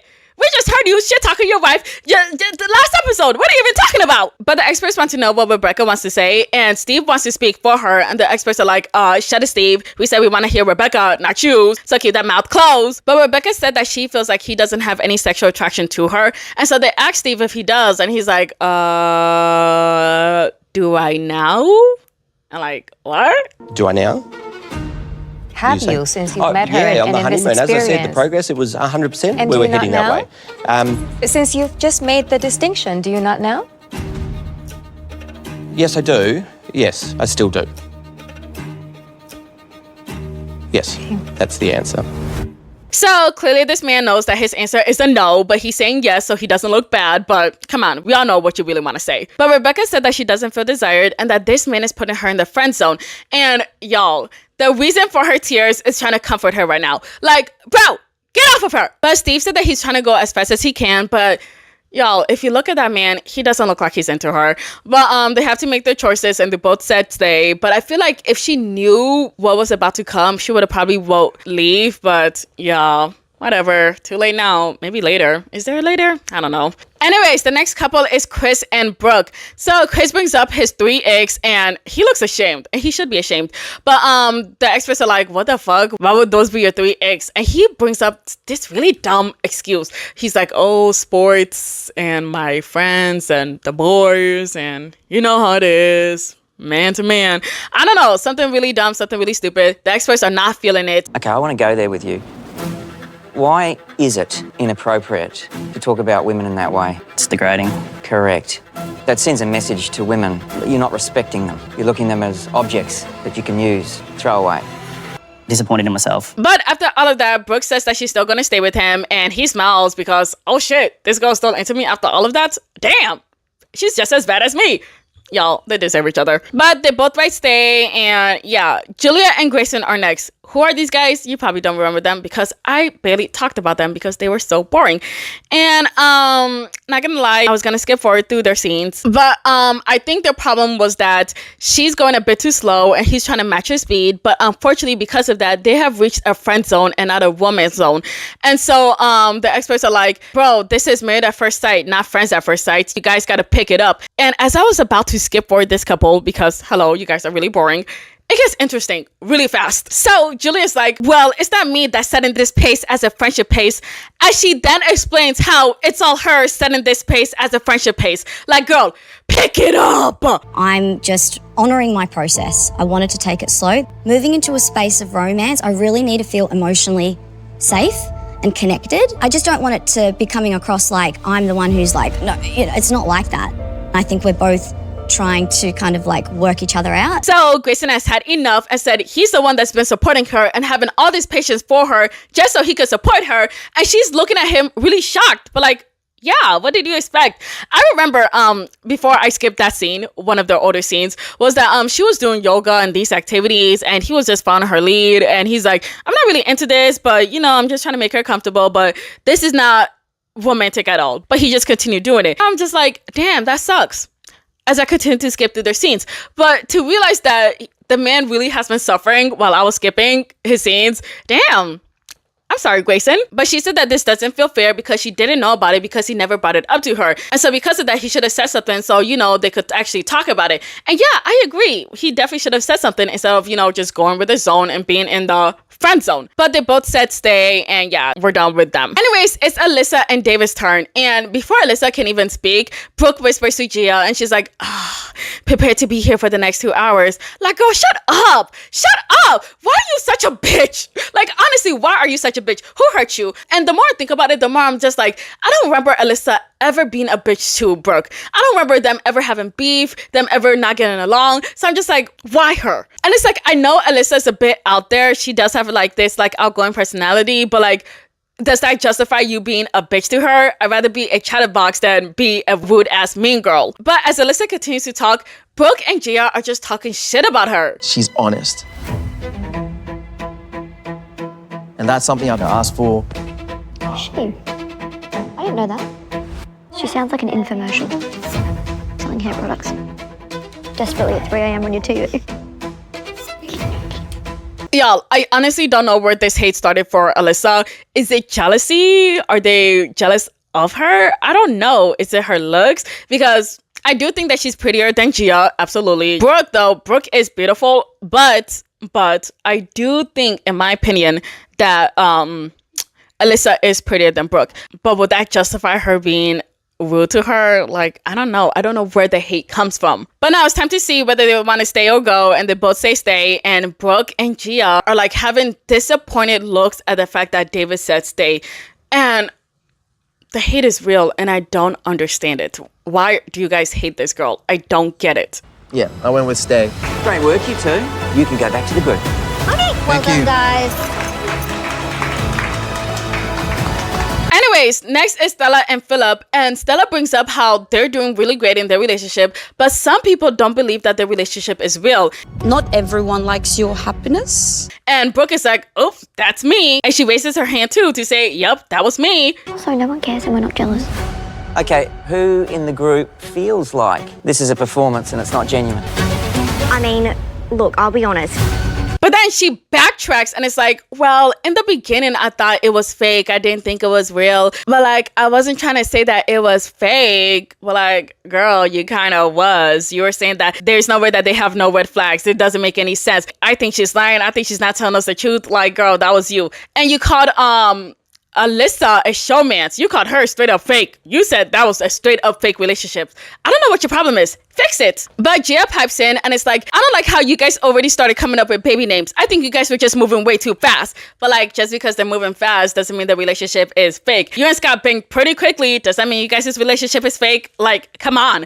But some of the girls, thank God, has Stella's back and is like, no, we believe that you guys' relationship is real. And Brooke and Gia start giving them stink ass faces. Like, you guys really don't know how to control your faces. You guys really need to learn to stop doing that. I'm freaking fuming. It's playing the victim. But no one's saying that we're not happy for you. Like, no one has said that. No one yesterday said that we're not happy for you. So don't sit up here and make yourself be the victim, because that's how it is. There can be a bit of mean girl energy sometimes, and maybe she just... And vice versa, babe. Literally same though. But then Alyssa raises her hand and she's like, don't worry, I was called fake too. Alyssa, shut up, because all you do is speak with an infomercial voice. Pipe down. You called everyone fake. You roll your eyes at everyone, Alyssa. Far out. But the experts, sorry, I don't know that one guy's name, but he brings the conversation back to Stella and Philip, and they both decide to stay. Gia and Brooke look mad as usual, but yeah, no shocker there. But Brooke starts going off on Stella, saying that nobody wished for their unhappiness, and yeah, I do have to agree with that. They didn't wish that they were unhappy. I think what the better phrase would have been like, they didn't believe in you guys' happiness. I think that's what would have made more sense, because they were very skeptical. They're like, I don't think so. I think you guys are lying, and there's no way. But that doesn't mean that they wish for you guys to be unhappy. They just didn't believe that you guys could be happy because they weren't happy. Well, what's the name? Brooke wasn't happy. Gia is very happy in her relationship. But Stella kind of looks bad because she doesn't really... I don't want to say she doesn't know how to respond. She does respond, but she responds in a kind of slow and unsure way that makes her look like she lacks credibility. That's what I'm saying, playing the victim, because you had your opinion as well as everyone. Look, I think what you brought up yesterday at the very end of the whole thing. Brought up what? That I didn't support Mel enough in Mel's and Luke's situation. Mel brought that up, babe. It was all wrapped up. No, it wasn't, babe. Anyways, the expert said that this is an argument for another day. Stella is right, but she doesn't know how to argue. And to Brooke, I feel like if she truly believed that she didn't say what she said, that she wouldn't have raised her hand and be like, yup, it was me. I was the one that said that. I was the one that didn't believe in you guys' relationship. But it's the fact that you did raise your hand. So it's like you're taking full accountability that is what you said, right? Right. But now the commitment ceremony is done and Stella wants to talk to Brooke, but Brooke is like, no, I don't want to talk to you. And then she storms off, raging to Chris and the producers. And then she proves that she actually doesn't believe that Stella's relationship is real. When you're bursting out saying that you're in love with him and you're picking kids' names after 5 days, of course everyone's going to have, you know, ideas that it's a little bit fake. Like, prove me wrong. Prove everyone wrong, because I guarantee everyone is saying it, not just me. You know, she's a snitch as well. Episode 10, the final episode. So the girls are ranting about the fight to their husbands, and David is really mad that Gia said that Alyssa sounded like an infomercial. And he's like, if anybody yelled at my girl like that, I wouldn't be able to stay still. As he sat still as his girl was getting yelled at. But okay. Oh. Anyways, we then see Mel and Luke, and Mel is trying to fix things with Luke, but girl, I hate you now, so I really hope this relationship doesn't work out. But they agree to try to make things work after, you know, she was attacked for her shitty behavior. Then we see Julia and Grayson. Y'all, this boring couple is finally trying to turn up the heat because she starts talking about something that really irked her. I'm really struggling. I haven't slept pretty much at all. Like, even right now, I'm shaking. So I felt like there would be some grace for the fact that I'm sleep deprived. This morning, I go into my bedroom and Our bedroom? Yeah, our bedroom. And I said, can you do your packing later? And you seemed frustrated. You didn't ask to say that. But Grayson said that Julia was actually napping on the couch while he was in the room. And then she came into the room and basically said, please leave because I want to sleep in the room. And he's like, okay. But he's really confused because he doesn't know what he did wrong. And she's basically putting all the blame on him. And she was also treating him like he didn't matter that night. And he's just trying to do everything he can, but he just feels like he's doing everything wrong in her eyes. And then he starts listing all of these things that he's been doing for her and basically saying that he's trying to get all her needs, but she's not trying to get any of his needs. And keep in mind that he's saying all of this in a nice and calm way, and she just comes at him pretty harshly. But in terms of who's kind of the stronger person in this partnership right now, I would say it's you, because you're well rested. And I'm asking you to give me some grace. You're just asking for some grace. What does that mean? Grayson, I'm literally, this is doing my head in. So the girl cannot respond at all. And he's like, I just feel like everything's about you and only you. And you never ask me what I need. And she's like, I can't even talk to you about this right now. I'm like, oh my freaking gosh. Why are all the girls so horrible? All of them are so horrible. I've said it with so many men because all the girls are horrible. The only shitty guy is Steve. Come on. Come on. I'm asking for you to acknowledge what I'm saying. Acknowledge what? All the conversations are about you and what you need. What about what I need, Jules? Because you haven't asked me once about what I need throughout this whole process. I just can't talk to you when, like, I'm... Oh, God. Anyways, we move on to a different themed week. Last week we did revelations. This week they're gonna do intimacy. And Steven is panicking because he's scared of it. Steven, not Steve. Know the difference because I sure didn't. But yeah, Steven is the one with the one that hates his wife. Actually, did I get confused? Let me go back up. No. Steve is the one that hates his wife, okay? Steven is the one that is with Rachel, okay? Steven. Oh my gosh. Steven and Rachel, Steve and Rebecca, okay? 2 S's, 2 R's. It's really hard. Now I'm confused. We're talking about Steve. Okay, Steve is the one that hates his wife. Now that I'm thinking about it, did I mix their names when I was doing this recap? I hope not, okay? I'm gonna put pictures in there. I hope I do. But Steve and Rebecca are talking and it's not going well because as they're talking, he keeps saying, friends. Me and you are just friends. Hee hee ha ha, friends. But Rebecca didn't come here to make some friends. She came here to get some dick. I would like to see things progress, just the romance side of things. Intimacy for me has so many different forms. Just, as I said, I'm pretty chill, so we just, take it as it comes. He does say he wants to keep progressing. Like, I am really hopeful, but I just don't know. Well, anyways, the ladies go into an intimacy workshop and Gio, once again, keeps talking about how her and Scott keep... And the girl Gio, once again, keeps talking about how her and Scott keep banging every single day, every single minute, every single time of the week. And Beck, she just looks so over it. But like, once again, Beck, fix your face. Learn how to fix it. My gosh. We make love. We don't just have sex. It's quite deep. But Stella's talking about her relationship and Brooke is mad again. We did massages. We already did this and that. Like, it's already... Listening to Stella talk about her relationship, I think it was a bit, look how great we are. Stella does kind of think that she's ticked everything off. Anyways, the more the girls talk, the more Rebecca gets upset because, you know, my girl is not getting any dig. And then she starts crying because her kitty's getting no action. Obviously, respecting your partner's speed they want to go at. Like, it's hard to meet halfway. But they tell her that she needs to stop letting Steve have it his way all the freaking time and that she needs to tell him that they need to meet halfway. But then Julia starts talking about her and her relationship with Grayson, and nobody knows what she's talking about. Even I don't know what she's talking about. And I really try to understand what the fuck she was talking about, but I couldn't. And I want to continue the emotional depth and expanding the natural, organic, free-flowing energy that I probably need to romantically connect.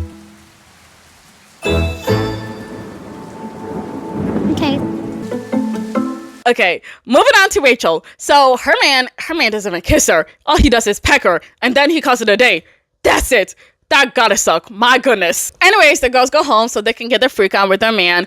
The first person we see is Rachel, and she wrote a bunch of things on like big paper, and he has to read them out loud, and to me, it's kind of cringy, but I get what she's trying to do. So the first one's easy. It's like, tell me something you like about me.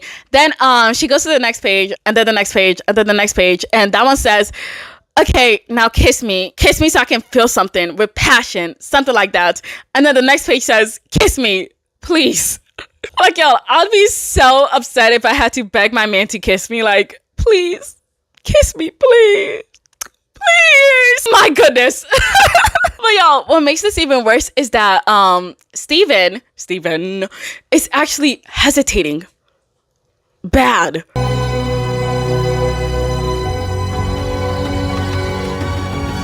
I can kiss you, Rachel, but I'm not too sure if it's going to make you feel something. I need to understand what you mean by that. So y'all, at first, I thought that he was just a bad kisser, and that's why he didn't want to kiss her.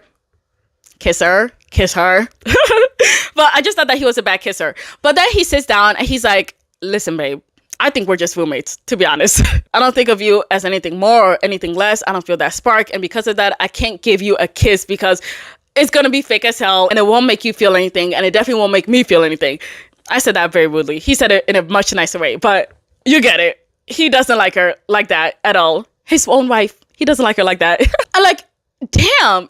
It seems like everybody on the show is just getting friend zoned. And he makes it even worse because he keeps saying the same exact thing, but in different types of ways. And I think she gets it. That's enough. You don't like her. You just think her as a friend. We get it. For me to kiss you and make you feel something, I need to feel that romantic connection. Unfortunately, I haven't felt that romantic connection as of yet. For me to get intimate and to get that passion, I need that spark, I need that romantic connection, I need that flirtiness, I need all of those dots to be connected for me to feel comfortable and to give you the passion that you want, that you need to feel in the kiss. I'm having lucid dreams about you finally grabbing me and kissing me, and it makes me excited. Oh. And to sit here and say you feel no spark for me, nothing. What a slap in the face. But Rachel's clearly hurt, understandable. And she said that she's fully into him, but he's not even into her, and everything has to be done on his time. And all she wanted was a simple kiss. That's it. But he said that he just can't give her a plain ass kiss because, hello, she said that it has to be a kiss that had to mean something or something had to be behind it. And he can't do that because he doesn't see her like that. So, yeah. I don't think he likes her.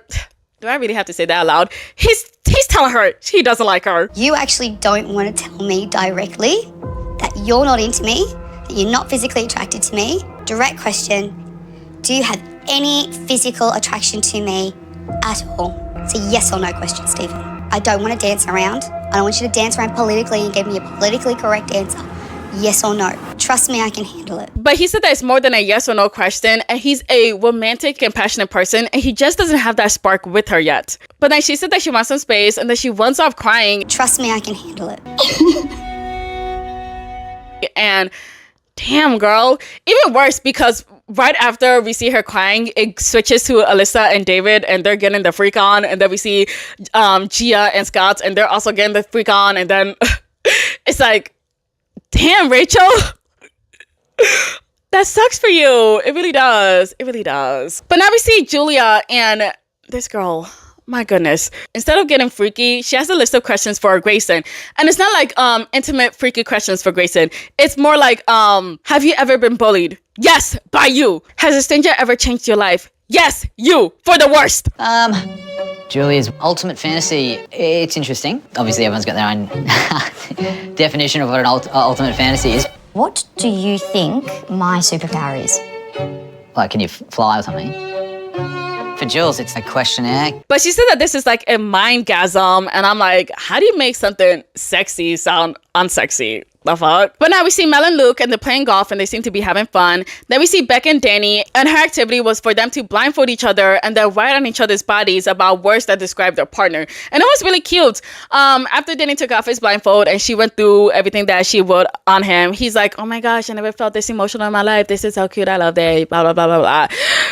It's too healthy and lovable. I don't like it. I only come for toxic and drama. So moving on to Steven and Rebecca. So she comes home with a sexy costume for Steven, and she's trying to recount her day about how she got the costume. This man does not look interested at all. Actually, let me reword that. It looks like he's trying to pretend that he's interested, but you can tell he's not interested. And basically, I went into it was a sex shop, and can I say one thing? We were like, oh, honey, we were like running around like mad women. We're like, mum's gone wild. To be honest, I could have bought the whole shop. That's a concern. So that, yeah. Anyways, actually, this kind of makes me feel bad because I like to talk a lot. I like to share my day a lot, especially with my siblings or my mom. I talk about it a lot. If my partner did this to me, I would be very sad and I won't talk anymore because I feel like I'm bothering you and I don't want to bother you. I'm gonna just go cry in my room now and I will hold that grudge and I will never speak again. Talk to me, you get one word answers, one word responses. How's your day? Good. How are things? It was all right. No, you don't get my story times anymore. Fuck you, bitch. You hurt my feelings. But back to Rebecca and Steven. He doesn't want her to put it on because he's not into it. And she's upset because obviously he's not even trying, but he's telling her that they need to slow her down. But it's like, bro, are you even trying to pick up the pace? Are you even trying anything with her? You're not. And now he just said that they're different. And now Rebecca's now doubting the relationship. These things that I picked, just so you know, are like the most covered up. Yeah, that's a good one. If you wanted me to put it on. Yeah, I mean, look, I'd rather not, because it's not something that I'm, I guess, what's the word? It's just not for me. Back to Julia and Grayson. Y'all, he cannot do this anymore. He's like, those questions that you gave me earlier, they didn't make me feel hot. I did not get excited. Did you even get excited? And she's like, yeah, I did. I got a mindgasm. What are you talking about?